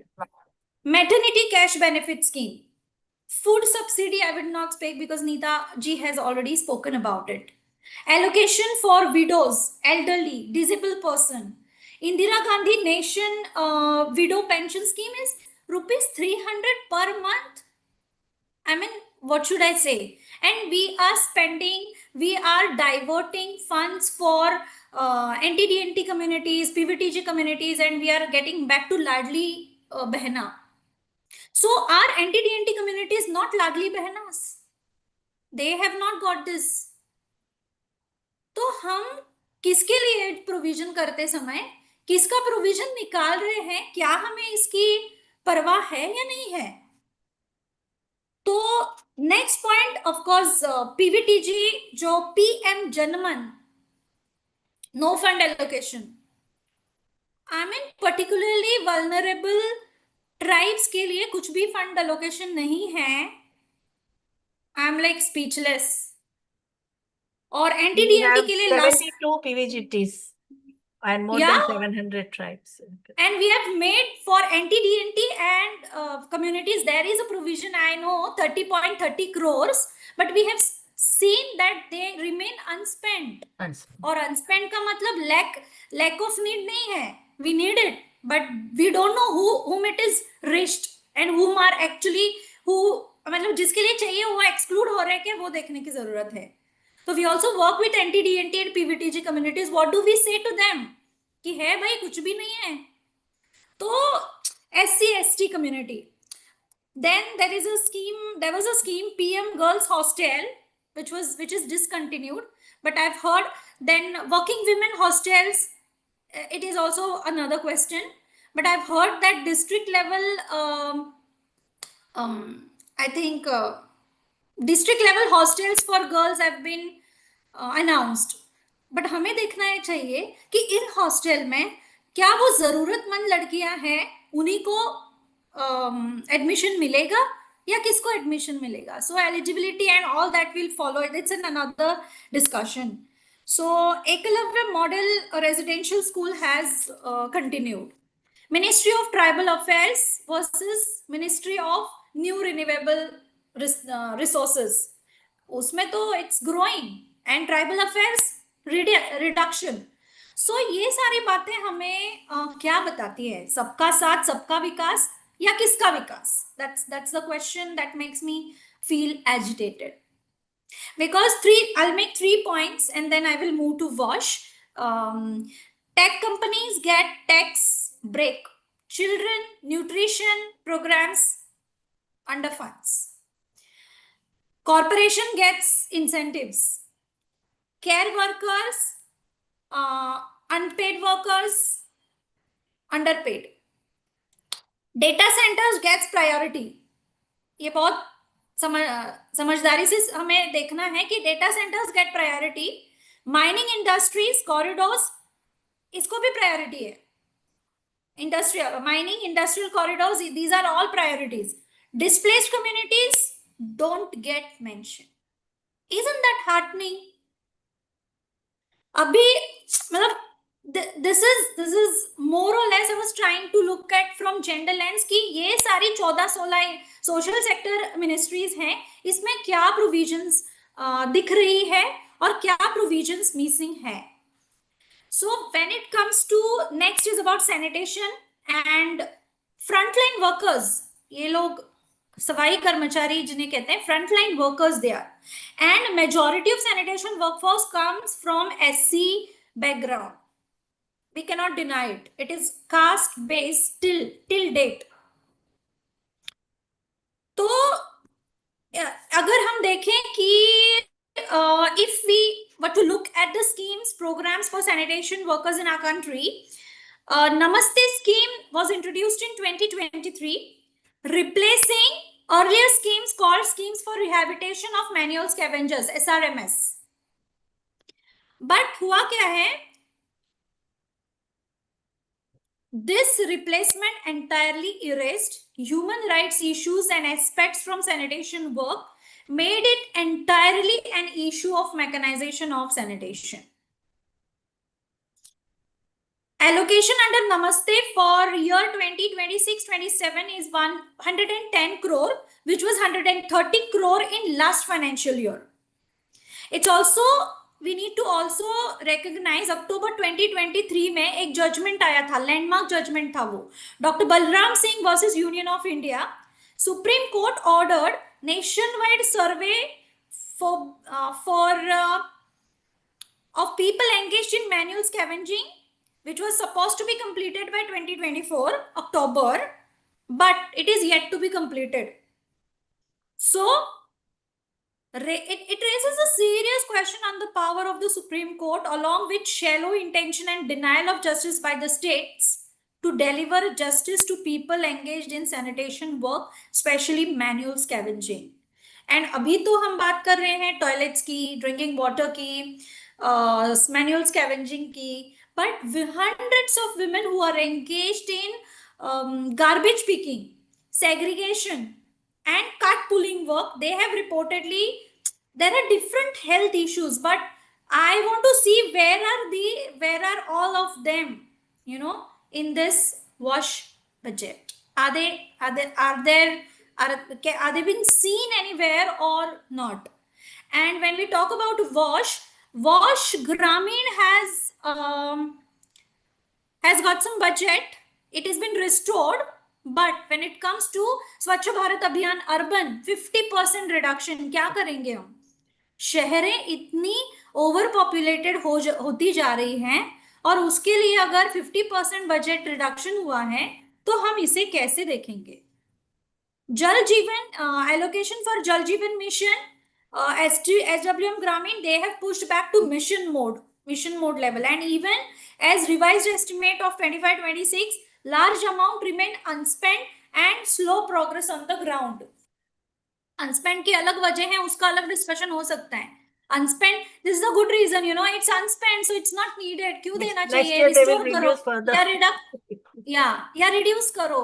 So that has been the strategy, but no one wants to get into the reasons why it was unspent. And what was the reason for it? Drinking water and sanitation in village continue to face implementation challenges. What are we thinking to deal with these implementation challenges? ऐसे लगता है ना ये budget की बात नहीं है, but है. If it is not getting implement, तो फिर ये बजट की बात नहीं है, ऐसा हम नहीं बोल सकते. So budgetary allocation directly targeting specific welfare for frontline workers, that is Safai Karmachari, is minimal. Low allocation, 1 lakh for specialized Safai Karmachari, and corporation की जो बात हो रही है वो तो अभी still on hold. So I think जैसे मैं बोल रही थी, underutilization reflects, it does not reflect lack of need, but structural exclusion, low pension amounts, and I would say weak outreach. So I felt that there are many things, many points to ponder, but I think these are the main highlights. So there are no funds for rehabilitation of manual scavengers, by the way. So अभी हमें देखना है इसको हम कैसे देखेंगे. Corporation है, सर्वे आने वाला है, तो कुछ रिवीजन हो सकती है, ऐसा हम we can be little hopeful, you know. There can be some critics and there can be some revisions where the fund has been insufficient in these all different areas. I think I'll stop here and we can move ahead. Yeah. Thank you, Supriya ji, for bringing out such an important point, and most of the how we are a point of structural exclusion. I liked very much that how those who make the budget, they see the class interest of those who are verbally articulate and who can demand and pressurize for their entitlement, while those who are don't even have voice, or those who voice is there's no one to amplify their voice, they are the ones who left out. And not only it's that civil society organizations are amplifying their voice, but they are neglected by the those who are the elitist forces. No. Now I would like to ask Ms. Aarohi Damle, who has been working on the issue of gender-based violence at a ground level. And can you respond to the allocation of funds to prevent gender-based violence for One Stop Crisis Center, Nirbhaya Fund, infrastructure for safety, and also at an operational level, while working on One Stop Crisis Center, what kind of challenges you have encountered as an organization while putting all the services in place? And according to you, like, what are the reasons for non-utilization of funds earmarked for prevention of gender-based violence, sustaining infrastructure, caring for safe space, and institutionalizing support services for the survivors? Thank you. Thank you for that introduction. I hope everyone can hear me. I'm just going to share a PowerPoint so that आप follow along कर सकते हैं. And I actually thank the speakers before me for really setting the stage and offering the broad contours of the budget for 2026, so that I can really get into the smaller sub-schemes and talk about implementation, especially from the perspective of gender-based violence and safety. Please let me know if my slides are not visible, but I just want to, say that this budget has talked quite a bit about Vikasit Bharat, women-led development, and all on the back of, increased investments in higher education, multi-skilled care workers, most of which will be women, hostels, etc. And all of this is focused on trying to pull more and more women into public spaces. And I think, we can applaud that sentiment, but it really takes away and is a contradiction, because the budgets for safety infrastructures have taken a hit. So I will spend most of my time really talking about Mission Shakti, Safe Cities, and how we struggle with implementing a lot of the schemes on the ground. So I think to start with, I'll give a little bit of an overview of Mission Shakti. Mission Shakti started around 2022 and collapsed a lot of ongoing interventions for safety, security, and empowerment. There are two main sub-schemes. There is the Sambal sub-scheme, which has your one-stop center, women helpline, Nari Adalat, Beti Bachao, Beti Padhao. Samarthya, which is more focused on, rehabilitation and empowerment. You have your Shakti Sadans or shelter homes. Sakhi Nivas, or your hostels. Then you have your Matru Vandan Yojana and the Empowerment Hub for Women. So these are the multiple interventions that have been pulled together in these two main sub-schemes. And it's really a continuum that they're imagining from prevention right up to empowerment. And, the budget, I think everybody has talked about this. There is money allocated, but there is barely any money spent. And I think from the public data, what we are seeing, especially for Mission Shakti, and also especially because it holds the funds for important interventions like one-stop centers, is that there is a chronic underutilization of funds. Mission Shakti has been getting upwards of 3,000 crores allocated since 2024. But as you can see, the spending is always hovering around 50 to 60% of the allocated budget. So, like the speakers before me pointed out, underutilization doesn't mean that there is no demand for schemes. It just means there is some, or a lot, I would say, a lot of, fallouts as the scheme trickles down to the grassroots. And I would point here to the Sambal scheme, which is your women helpline and your one-stop centers, which are crisis response services and very required given the numbers of women and girls we see affected by violence. The utilization numbers are 202 crores in 24 and 322 crores as per the revised estimates for 25-26. So these are very, very low. And again, women one-stop centers and helplines are all centrally funded by the Nirbhaya Fund. So we all know that there's ample amount of money available in the Nirbhaya Fund. It's just there is no utilization that we see on the ground. And I think it's also important to point here that when you put a lot of schemes under two major categories. The overall bucket of funds is really shrinking.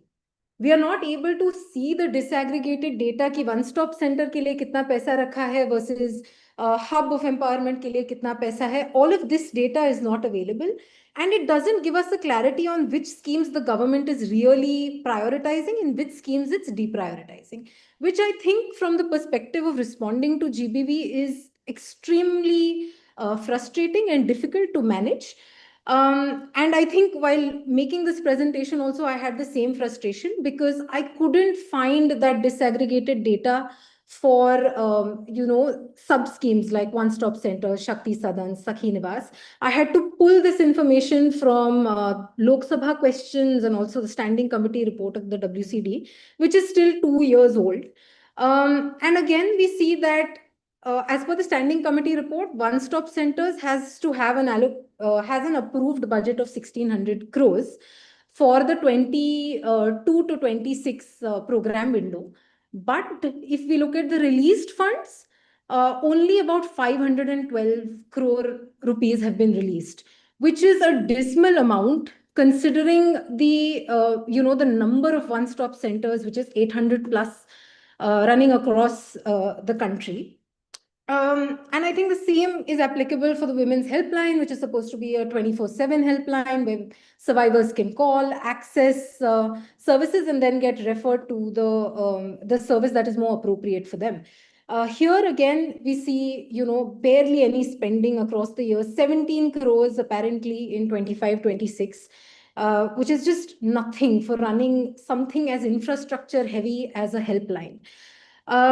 So yeah, I mean, I was looking at these numbers, it was just really frustrating. And also another frustrating factor was we are looking at safety only for women and girls. For transgender persons, the only thing that I could find was the SMILE program, which is the support for marginalized individuals for livelihood and enterprise. And under that, there is a provision for creating Garima Grihas. And there is again severe underutilization of funds under the SMILE scheme. And for the 21 Garima Grihas that they've set up in the past 3 or 4 years, they've only utilized 8 crores. Again, it's an asset-heavy program. It requires human resource. There is just no money being put into programs that really keep people safe when they step out of their homes, right? Or in a scenario where they're facing violence in their homes or in public spaces, there is nowhere to really turn to, which is a public service, free service that gets you, access to justice. So those are the issues that I'm seeing with the union budget. It's not trickling down as it should. In terms of the question you asked, ma'am, in terms of the implementational challenges, I'll just give a broad overview. These are all demand-driven schemes, like I said. But what happens is that there is absolutely low levels of awareness among survivors also and first responders also of these available services. So there is low footfall. Low footfall means that there is low utilization of funds. Low utilization means there is lesser funds allocated in the next round. So this cycle really ends up continuing in a circle. And we still don't address the problem of how are we getting people aware of these services. Nowhere in the budgets for OSCs does that get addressed. I can say from the experience in Maharashtra that for OSCs, there is maybe one line item that you can use for awareness activities in communities and bastis, and you can use that same line item for training of responders. And the budgeted amount is so low that you can only use it for maybe 1 or 2 activities across the year, which doesn't cover how many rigorous regular trainings you require to develop a safe and sensitive survivor-centered response. Like I said, inadequate training and capacity building is all linked to having no dedicated budget amounts. When CSOs were called on to run the OSCs, there was delayed payment of their dues, and that delay was not 6 months, it was couple of years at minimum, and CSOs had to bear the brunt of running the operational costs, which absolutely is difficult if you run a non-profit. So there were staff shortages, there are vacant positions, salaries are not going through, and it's just, it feeds into the trouble, the structural troubles that the services face. This is true across OSC shelters, anything that is resource heavy, human resource, and capital asset resource heavy.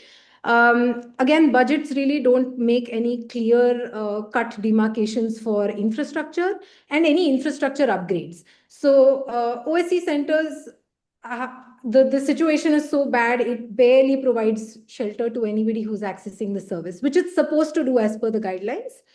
And over the years, I think these services were started in 2015. Over the years, their functionality has really been diluted. Take, for example, the Women Helpline, the 181 number. It was started with the purpose of providing first-line support to anybody who calls. So the person responding would take their, understand their history, would follow up with them, would share resources for the services that are more relevant to the survivor. Now it's turned into a mere switchboard service where anybody calling the helpline is only supposed to give out a referral to the local OSC and the police centers. So there is no process of really getting feedback from any survivors, trying to understand any grievances they are facing while they talk to the police or the medical officers, none of that. So there is no way of, creating a safe a referral pathway for the survivor at all. Again, that just makes a multi-sectoral response, which we keep talking about always in GBV response, absolutely impossible, because nobody is aware of the other services and nobody can refer anybody to other services. And I think one of the biggest root causes of all of these problems is that the budgeting for none of these services is made in a consultative way. If you're calling upon like civic society organizations to take up, or help you run these services, the budgeting has to take into account what they think is most important when running the service. But that is, it's completely ignored. And also, in the last couple of years, they have taken away OSCs from the CSOs as well. So that is quite telling of maybe just how impossible the government is finding the criticism of the civil society organizations. If I have to move towards the safety in public spaces and safe city allocations, which have been, quite the touted flagship program, over the years, the allocations have really reduced. Last year, it was only about 215 crores. And this year, it's just down to 125. And I think it's safe city allocations, we know, have purely been used to bolster the technical interventions into surveillance in public spaces. So it's all about setting up security cameras everywhere. I think Arvind Kejriwal's tweet always comes to mind, is where he talks about how proud he is of how many cameras Delhi has. And, that is followed up with AI analytics, it's followed up with facial recognition, it's followed up with so many other niche technical interventions that they forget that safe city also comprised of other components, which was making the civic infrastructure more gender inclusive, not just for women and girls, but also for the trans queer community. And that's not being looked at all. I think when the budget declines, that they've forgotten that other components are part of the budget. And I think somebody mentioned this, but funds for cybercrime prevention are just not allocated this year. No funds also for setting up women's help desks or anti-human trafficking units, which were all part of last year's budget, which was also a small amount, but it was something. This year, nothing has been put aside. So reporting any kind of violence, there is no investment in that. There is a lot of investment from a forensic capacity building perspective, modernization of those evidence and proof making capacities, but nothing to encourage any survivor to come forward and report violence. So again, I don't see any similar investments in rural areas. I just know that some part of Nirbhaya Fund is for training elected women representatives and also sensitizing men in the community in rural areas. But none of those Nirbhaya funds are utilized as per the dashboard, which is only reflecting 2024 data. So public spaces has some weight in the cities, but nothing at all as yet in rural areas. I'd just like to end by talking about a few things that we can do or a campaign for in the more short term. Is that budgeting has to really take into account the initiation of a program and also the longevity of the program. It cannot just be funds for infrastructure, but then we forget about how we have to maintain that infrastructure. It has to be a long-term perspective. That long-term perspective also means that we have to create avenues for building the capacity of the staff, spreading awareness of these services, and also timely disbursement of whatever funds are being allocated.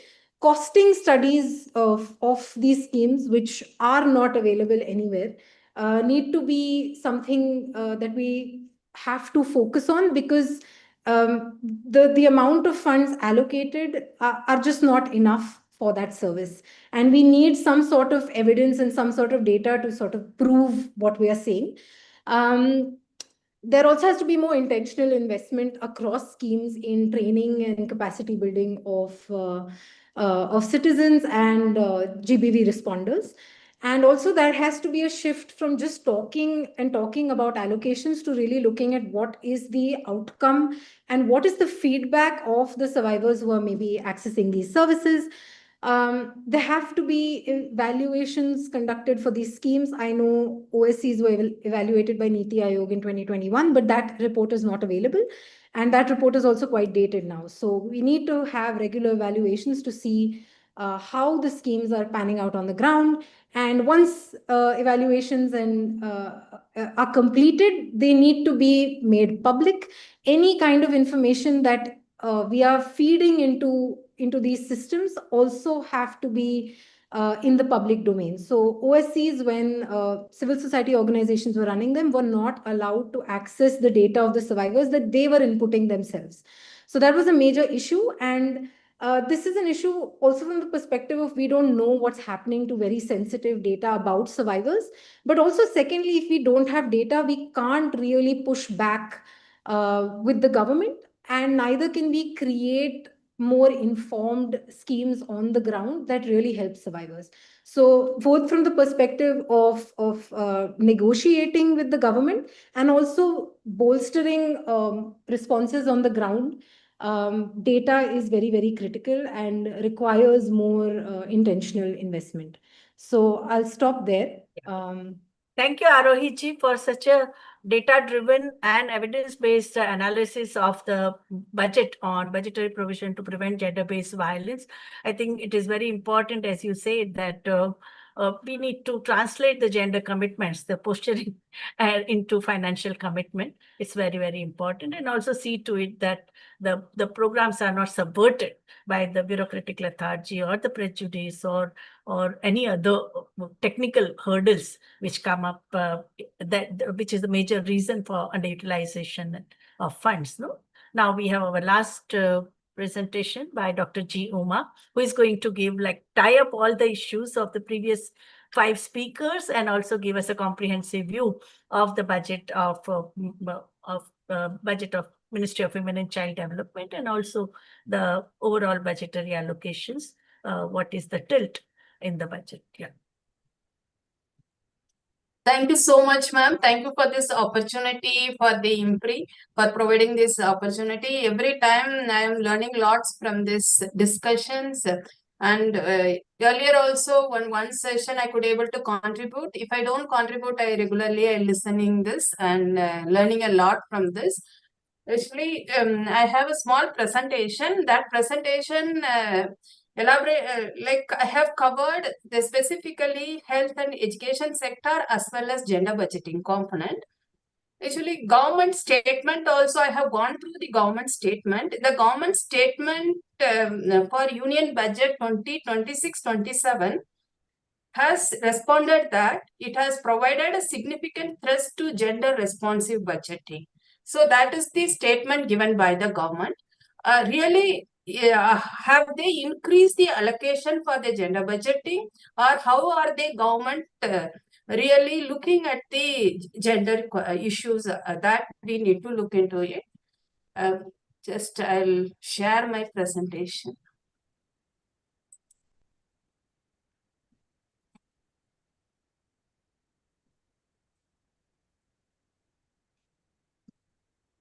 It's in working mode. Make it a slideshow. Okay. Yes, I'm Okay. Go ahead, it has come to slide. Fine. First of all, I will give an example of health and education sector. Why I have specifically like given an example for health and education sector is that if you look at the overall budget, union budget for 26 and 27, what I have found is that they have concentrated on care economy and women's workforce related to specifically on health professionals, unskilled care workers, as well as secondly, the budget concentrated on promoting women entrepreneurship and self-help groups. And third is that they have given little emphasis on education, specifically creating hostels for the girls to increase their percentage in STEM education. These are the major areas the government has concentrated. That's why I have quickly, we will look into the health and education sector, because previous speakers, Professor Paramita Saha and Professor Shah, they have given a macroeconomic picture and they have assessed our macroeconomy as well as they have given us the overall view on the 26-27 budget, as well as Miss Neeta Hardikar, when she talked about that, she was mentioning about the technology, digitalization, as well as Miss Supriya Jaan, she was talking about that there is not much emphasis on transgender community. So we have overall, we have discussed about the social sector as well as the budgetary allocations for the various sectors. Let me give an example of with regard to health sectors. When you look at, you analyze the budget, it's more focused on mental health, and they have mainstreamed the mental health in the public policy, like giving stress on new mental health institutions they are planning to start in Ranchi and Tezpur, as well as the finance minister.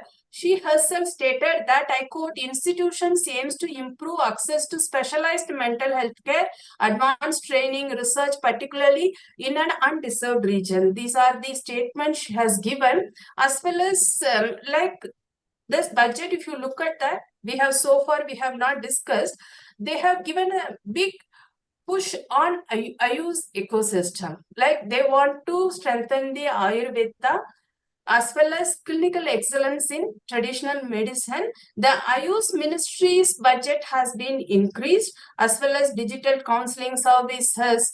Specifically, talked about the referral system needs to be strengthened, institutional capacity, primary health care should be integrated, as well as they want to, the budget emphasized on coordinated care that will, if they improve the skill and capacity of the healthcare workers, that is the emphasis it has given. But here we need to see that who are all the healthcare workers. Majority of them women.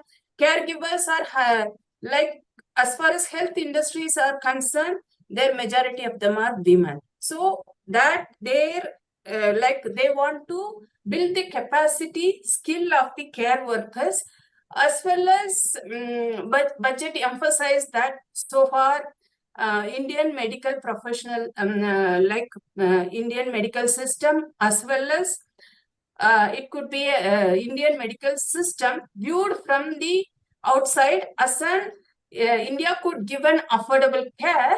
So what is next phase is that it's like we need to concentrate on advanced research, biopharmaceuticals, clinical trials. Here only I would like to emphasize, when we talk about the clinical trials, there also most of the time, like when they want to do the clinical trials, there are two things. Most of the medical professionals, they are not gender sensitive. Like sometimes the particular medicine they want to, like it's mostly in a gender neutral way, most of the medical trials will happen. Sometimes they don't understand that the difference between biological difference between male and female, and even they consider both not only male female, even if they don't consider male and female, other genders also they don't consider. When it comes to clinical trials, how they are going to do these clinical trials, that is the other specific areas we need to ponder upon. Next one is that investment in specialized education, research institutions, workforce development. These are all the certain areas the budget is talking about, that, as well as artificial intelligence, as well as secure digital platforms, data-driven diagnostics. These are all the issues. It has come up in the budget that we need to look into from a gender perspective, as well as biopharma sakti, biologic medicines, as well as they would like to establish the National Institutes of Pharmaceutical Education and Research. And significant component is that creating a network of 1,000 accredited Indian clinical trials. Here, how are they going to do these clinical trials? How do they view? Are they medical professionals? Are they gender sensitive?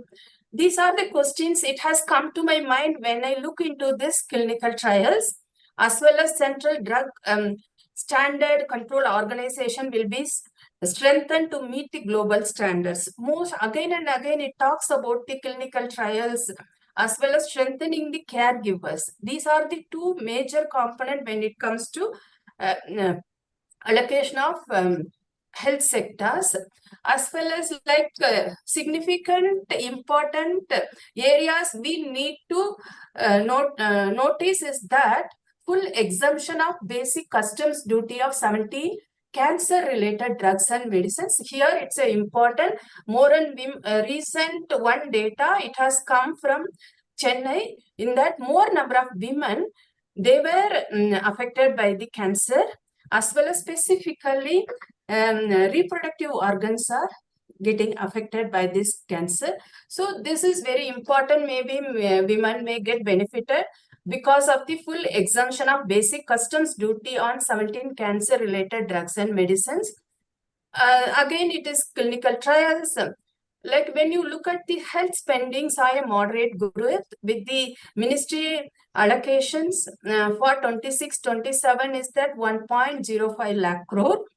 It's like increasing the 9%, as well as one is the trial, second one is that 100 crore provision supported training for allied health professionals and push to extend care beyond hospitals, especially geriatric services. This is very important here. When we talk about the allied health professionals, most of the time the allied health professionals are women. They are the care workers already. Because of these care activities, they are triply burdened. So how are we going to look into this training support? Will it reduce their burden at the personal space, or it will increase their burden? So more research needs to be conducted, and policy should be clear. How are they going to implement these provisions? As well as the finance minister stated that robust care ecosystem encompassing geriatric and allied care services will be developed, as well as national skills qualification framework. Allied programs will train multi-skilled caregivers who will combine they will combine with the care work with the yoga, wellness, as well as medical and assistive services. 1 lakh caregivers are to be trained. And this budget is concentrating more on the expansion of allied health professionals, specifically in this health sector. As far as nutrition is concerned, this is that they have allocated 18,580 crore for targeting the nutritional support for pregnant women, lactating mothers, and adolescent girls.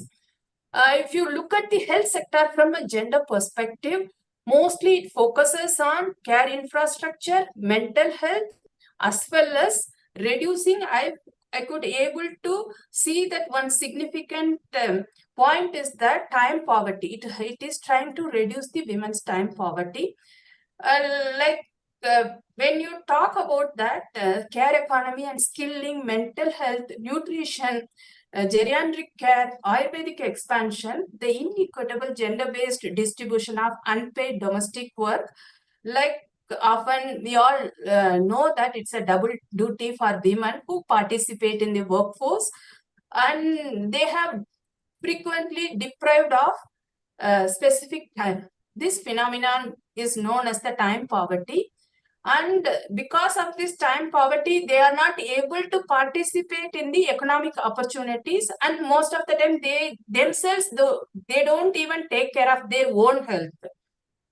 It reflects, whatever we are talking about the time poverty, it reflects the systematic oppression of women perpetuated by the gender inequality and various gender norms. These norms dictates what type of activities the women they have to do, their responsibilities, what privileges the women could able to have, as well as due to the time poverty, they are not able to access the paid employment, lack of resources. Most of the time they lack autonomy. So what I have seen from this budget is that it has to address this time poverty, and trying to address it, and how it is going to address this time poverty, we must look into it. Next is with regard to education. There is an budget has provided the provision for the establishment of 5 university townships near major industrial and logistic corridors, provision to set up a girls' hostel for every district to encourage the participation of more girls in STEM education. This discussion has come in the, previous speakers also, they have discussed about the establishment of girls' hostel. How are they going to establish the girls' hostel? In the districts, maybe most of the times the districts from their own place, maybe 50 or 100 kilometers away from their location, will the family allow the girl children to go to the hostel? How are they going to implement it? What is what relationship the budget is talking about the STEM education, as well as STEM education and establishing the hostel. These are the two things we need to look into it, as well as the budget is talking about the education to employment to enterprise. As far as education sector is concerned, from this, they were talking about the strengthening the service sector as a core driver of Viksit Bharat. This, how are they going to do that? As well as the STEM hostel also, now already there are so many girls hostels from the Ministry of Social Justice as well as Ministry of Women and Child Development.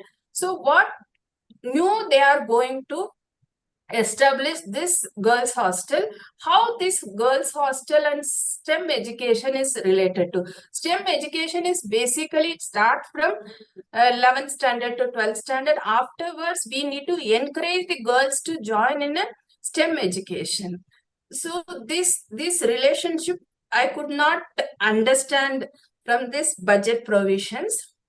as well as the Union Education Ministry allocation has been increased through revised budget, but most of this amount, it is allocated for the Department of School Education and Literacy, and the Adult Tinkering Lab saw its funding jump from 500 crore like from the last year to 3,200 this year, as well as certain schemes like PM Poshan scheme also has been increased. There are two things here we need to see. That budget is talking about the artificial intelligence curriculum from school onwards, as well as the upgrading the state SCERT, like NCERT, there is a state level educational research training institutes. They want to strengthen it, as well as AA curriculum.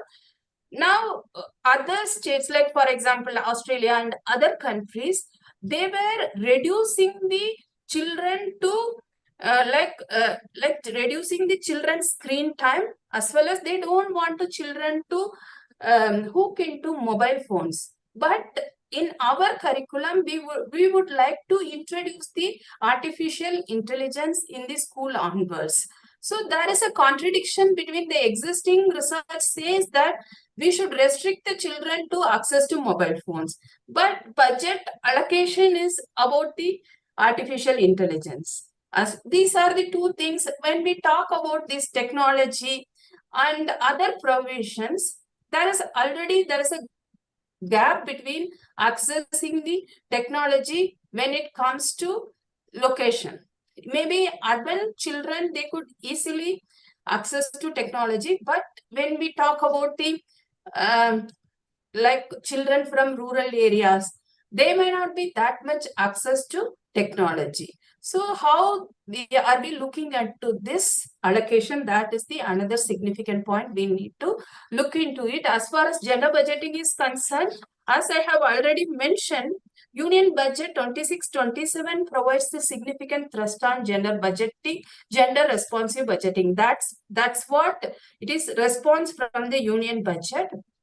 As per the statement from the government, the share of the gender budget in the total Union Budget has been increased to 9.37% in financial year 26-27 from 8.86% in financial year 25-26. That it has government has a commitment to increase the gender responsive governance. But when we look at this allocations, it has allocated heavily on strengthening care economy and women's workforce, that I will say, and promoting women's entrepreneurship and self-help groups, focused interventions for Divyangjan, and mental health and child well-being, advancing girls' education, and safe infrastructure facilities in the school education. These are the areas they are concentrating as far as gender budgeting is concerned. As far as when we talk about the human capital and service sector in the budget, as per budget allocations, mostly it is about the upgrading the allied health professionals, training caregivers, like establishing medical hubs and developing university townships, as well as expanding tourism and hospitality infrastructure to strengthen service sector employment. When we talk about the inclusion and livelihood, because we did have a discussion about the inclusion in the beginning itself, the first speaker itself talked about the inclusion. When we talk about the inclusion and livelihoods, mostly concentrating on CMARTs and women-led enterprises, livelihood and assistive support for persons with disabilities, expansion of mental health infrastructure, and strengthening emergency care capacity in district hospitals. These are the significant area the budget has concentrated. I would like to, when I look into the overall budgetary provision as well as look into the gender budgeting component, VC from Symbiosis International University observed that what he felt is that I also maybe agree with him, that I quote, initiatives such as training 1.5 5 lakh skilled caregivers across childcare, elderly care, and allied sectors recognize forms of work that are predominantly undertaken by women and can offer a flexible employment pathways. That is what he said, that basically the budget would like to train more and more women as a skilled caregivers, because already the women, they are the caregivers, they are giving, due to the care activities there, their burden has doubly and became sometimes they're triply burdened. But the budget has concentrated mostly on these caregiving activities, as well as they would like to train the caregivers. And we all know that most of the caregivers are predominantly, more than 90% of the caregivers are women. So thus it looked at it want to train the women, and that will provide or offer an flexible employment pathways. This is what I found it. Thank you so much for this opportunity, ma'am. If any question comes, I would like to take. Yeah. Thank you, all the panelists. You have helped us a lot in terms of showing the relationship between macroeconomic policies and the union budget. And I think I will not repeat because all of you have made such an exhaustive presentation. But I would just like to sum up by saying, because we have exceeded time limit, if there are very, very important questions which the sharing with the participants want, then you can go ahead. Neetaji, would you like to have your final words? You have written in chat box. Yeah. Any important concern that you feel that needs to be emphasized or highlighted? Yeah. Please unmute yourself. Yeah. I think the budget somewhere needs to look at the revision in the minimum wages and look at the living wages as a central point. And as in the summing up, just mentioned that a lot of care work goes as a responsibility of women, the gendered role, and even in the employment, we are looking at that as a possibility. Somewhere respectable wages and social security of all the caregivers is an important aspect. Somewhere in the budget and in the wages, this needs to be built in. Somewhere there was a question around how much ASHA workers should be paid, and I was just quoting the Narega workers' demand, and if that is the wage that is entitled, they are entitled to based on the Government of India committee, then the budget allocated for Narega will not be enough to pay the dues, and the budget allocated for BB Gramji will also not be adequate for 125 days for all workers. Narega actually offered 12,000 crore workers the wage work, and over 50% of these are women. So if BB Gramji has to become an entitlement, it is a scheme we all know, but if it is committing 125 days a month, a year, then the budget allocated is certainly not adequate, and it has to have a revised wage rate also. Yeah, that was the point. Neetaji, we always talk about Anganwadi workers and ASHA workers, but what about the midday meal cooks? I have seen them work. They're slogging it out so heavily, and what they get is 36 rupees a day. So I think we need to include them also in when we fight for the scheme workers. That is there. Yeah. Thank you. Now, Supriya Ji, would you like to have your final say? Yeah. Yeah, please go ahead. 4 points, and the first and foremost is intersectionality, which is missing, needs to be looked into when we revisit the allocations.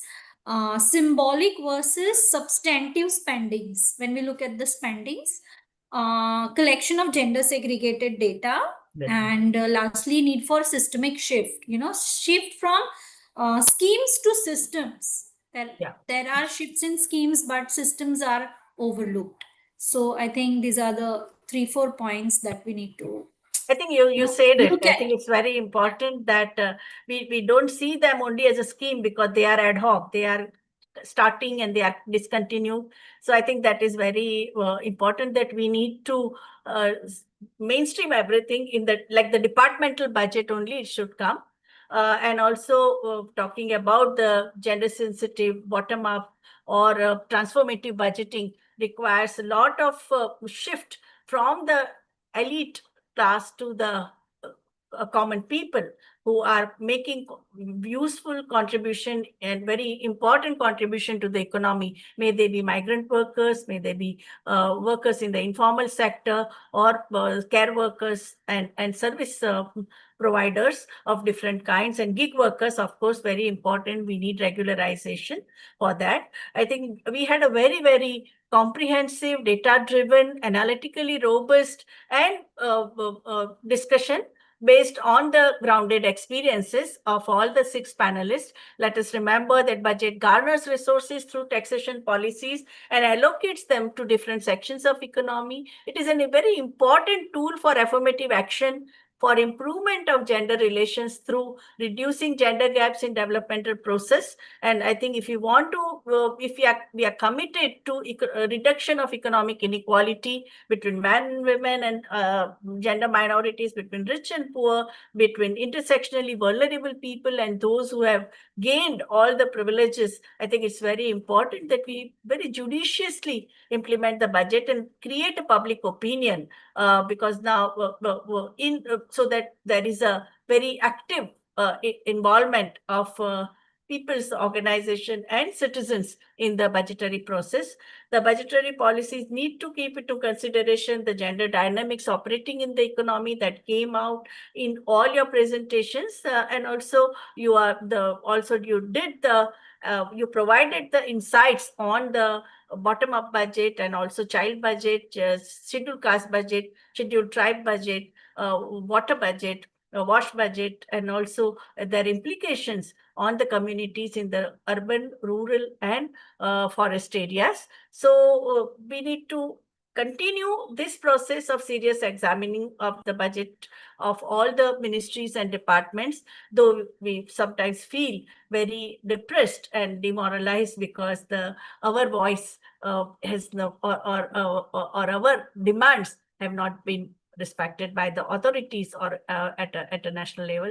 At a subnational level, many of us are quite effective. We are also invited in the pre-budget discussions, but we see that how the current policy is also starving the state governments with the funds, and we see that the union budget has also neglected the interest of the state. But in this very dark situation, what we see, the ray of hope, is the budget of Kerala, because 100% budgetary allocation is made for children's education, not only girls' education, all children, boy, girl, transgender child, all of them will get education from pre-primary to graduation. I think that's a very bold decision which the government has taken. I know that they have made so many quote-unquote impossible things possible, because the state government allocates 40% of its budget for the social sector. I think that's very important, not to have just only very high SGDP, state gross domestic product, but how you are doing whatever has been economic growth. Has there been distributive justice? Has there been gender justice? Has there been environmental justice? And has there been all types of equity measures and affirmative actions taken by the state is very important. So I think let us continue our exercise and also do the campaigning in favor of social sector budget and inclusive budget. Thank you very much. I thank all the panelists, Professor Paramita Saha, Dr. Neha, Shah, Ms. Neeta Hardikar, Ms. Supriya Jaan, Ms. Aarohi Damle, Professor Uma G from IGNOU. Thank you. Over to our moderator. So yeah, deeply grateful for all our panelists for this insightful discussion, and thank you for everyone who raised questions and for their active engagement as well. Now I would like to do my formal vote of thanks. As we conclude this panel discussion on gender, social inclusion, and Union Budget 2026-27, I, Shadia Zubair, on behalf of IMPRI, Gender Impact Studies Center, New Delhi, extend my heartfelt gratitude. Our deepest thanks to our chair and experts for today. Thank you to all our esteemed panelists for their insightful and thought-provoking addresses. Your expertise and perspectives have greatly enriched today's session discussion and provided us with valuable takeaways on this critical topic. We deeply appreciate your time and contributions. We also thank all participants who joined us live, raised pertinent questions, and contributed to today's dialogue. For those watching later on your YouTube channel, listening to the podcast, or reading our publications, we deeply value your engagement and interest. We look forward to your participation tomorrow on education, S&T and R&D, and Union Budget and Vikasit Bharat, Developed India at 2047 and Union Budget. We hope you will continue to join us for future IMPRI Web Policy Talk and Web Policy Learning programs. Wishing you all a wonderful evening. Thank you. Thank you, Satya. Thank you for moderating the session so well. And thank you, Priyanka ji, and IMPRI team for your hard work. Thank you, everyone. Thank you, Vibhuti di. All of you have so much of work you have put in, no? Going through the documents, providing. Yeah, PPTs. All the panelists very seriously. You have gone. Thank you.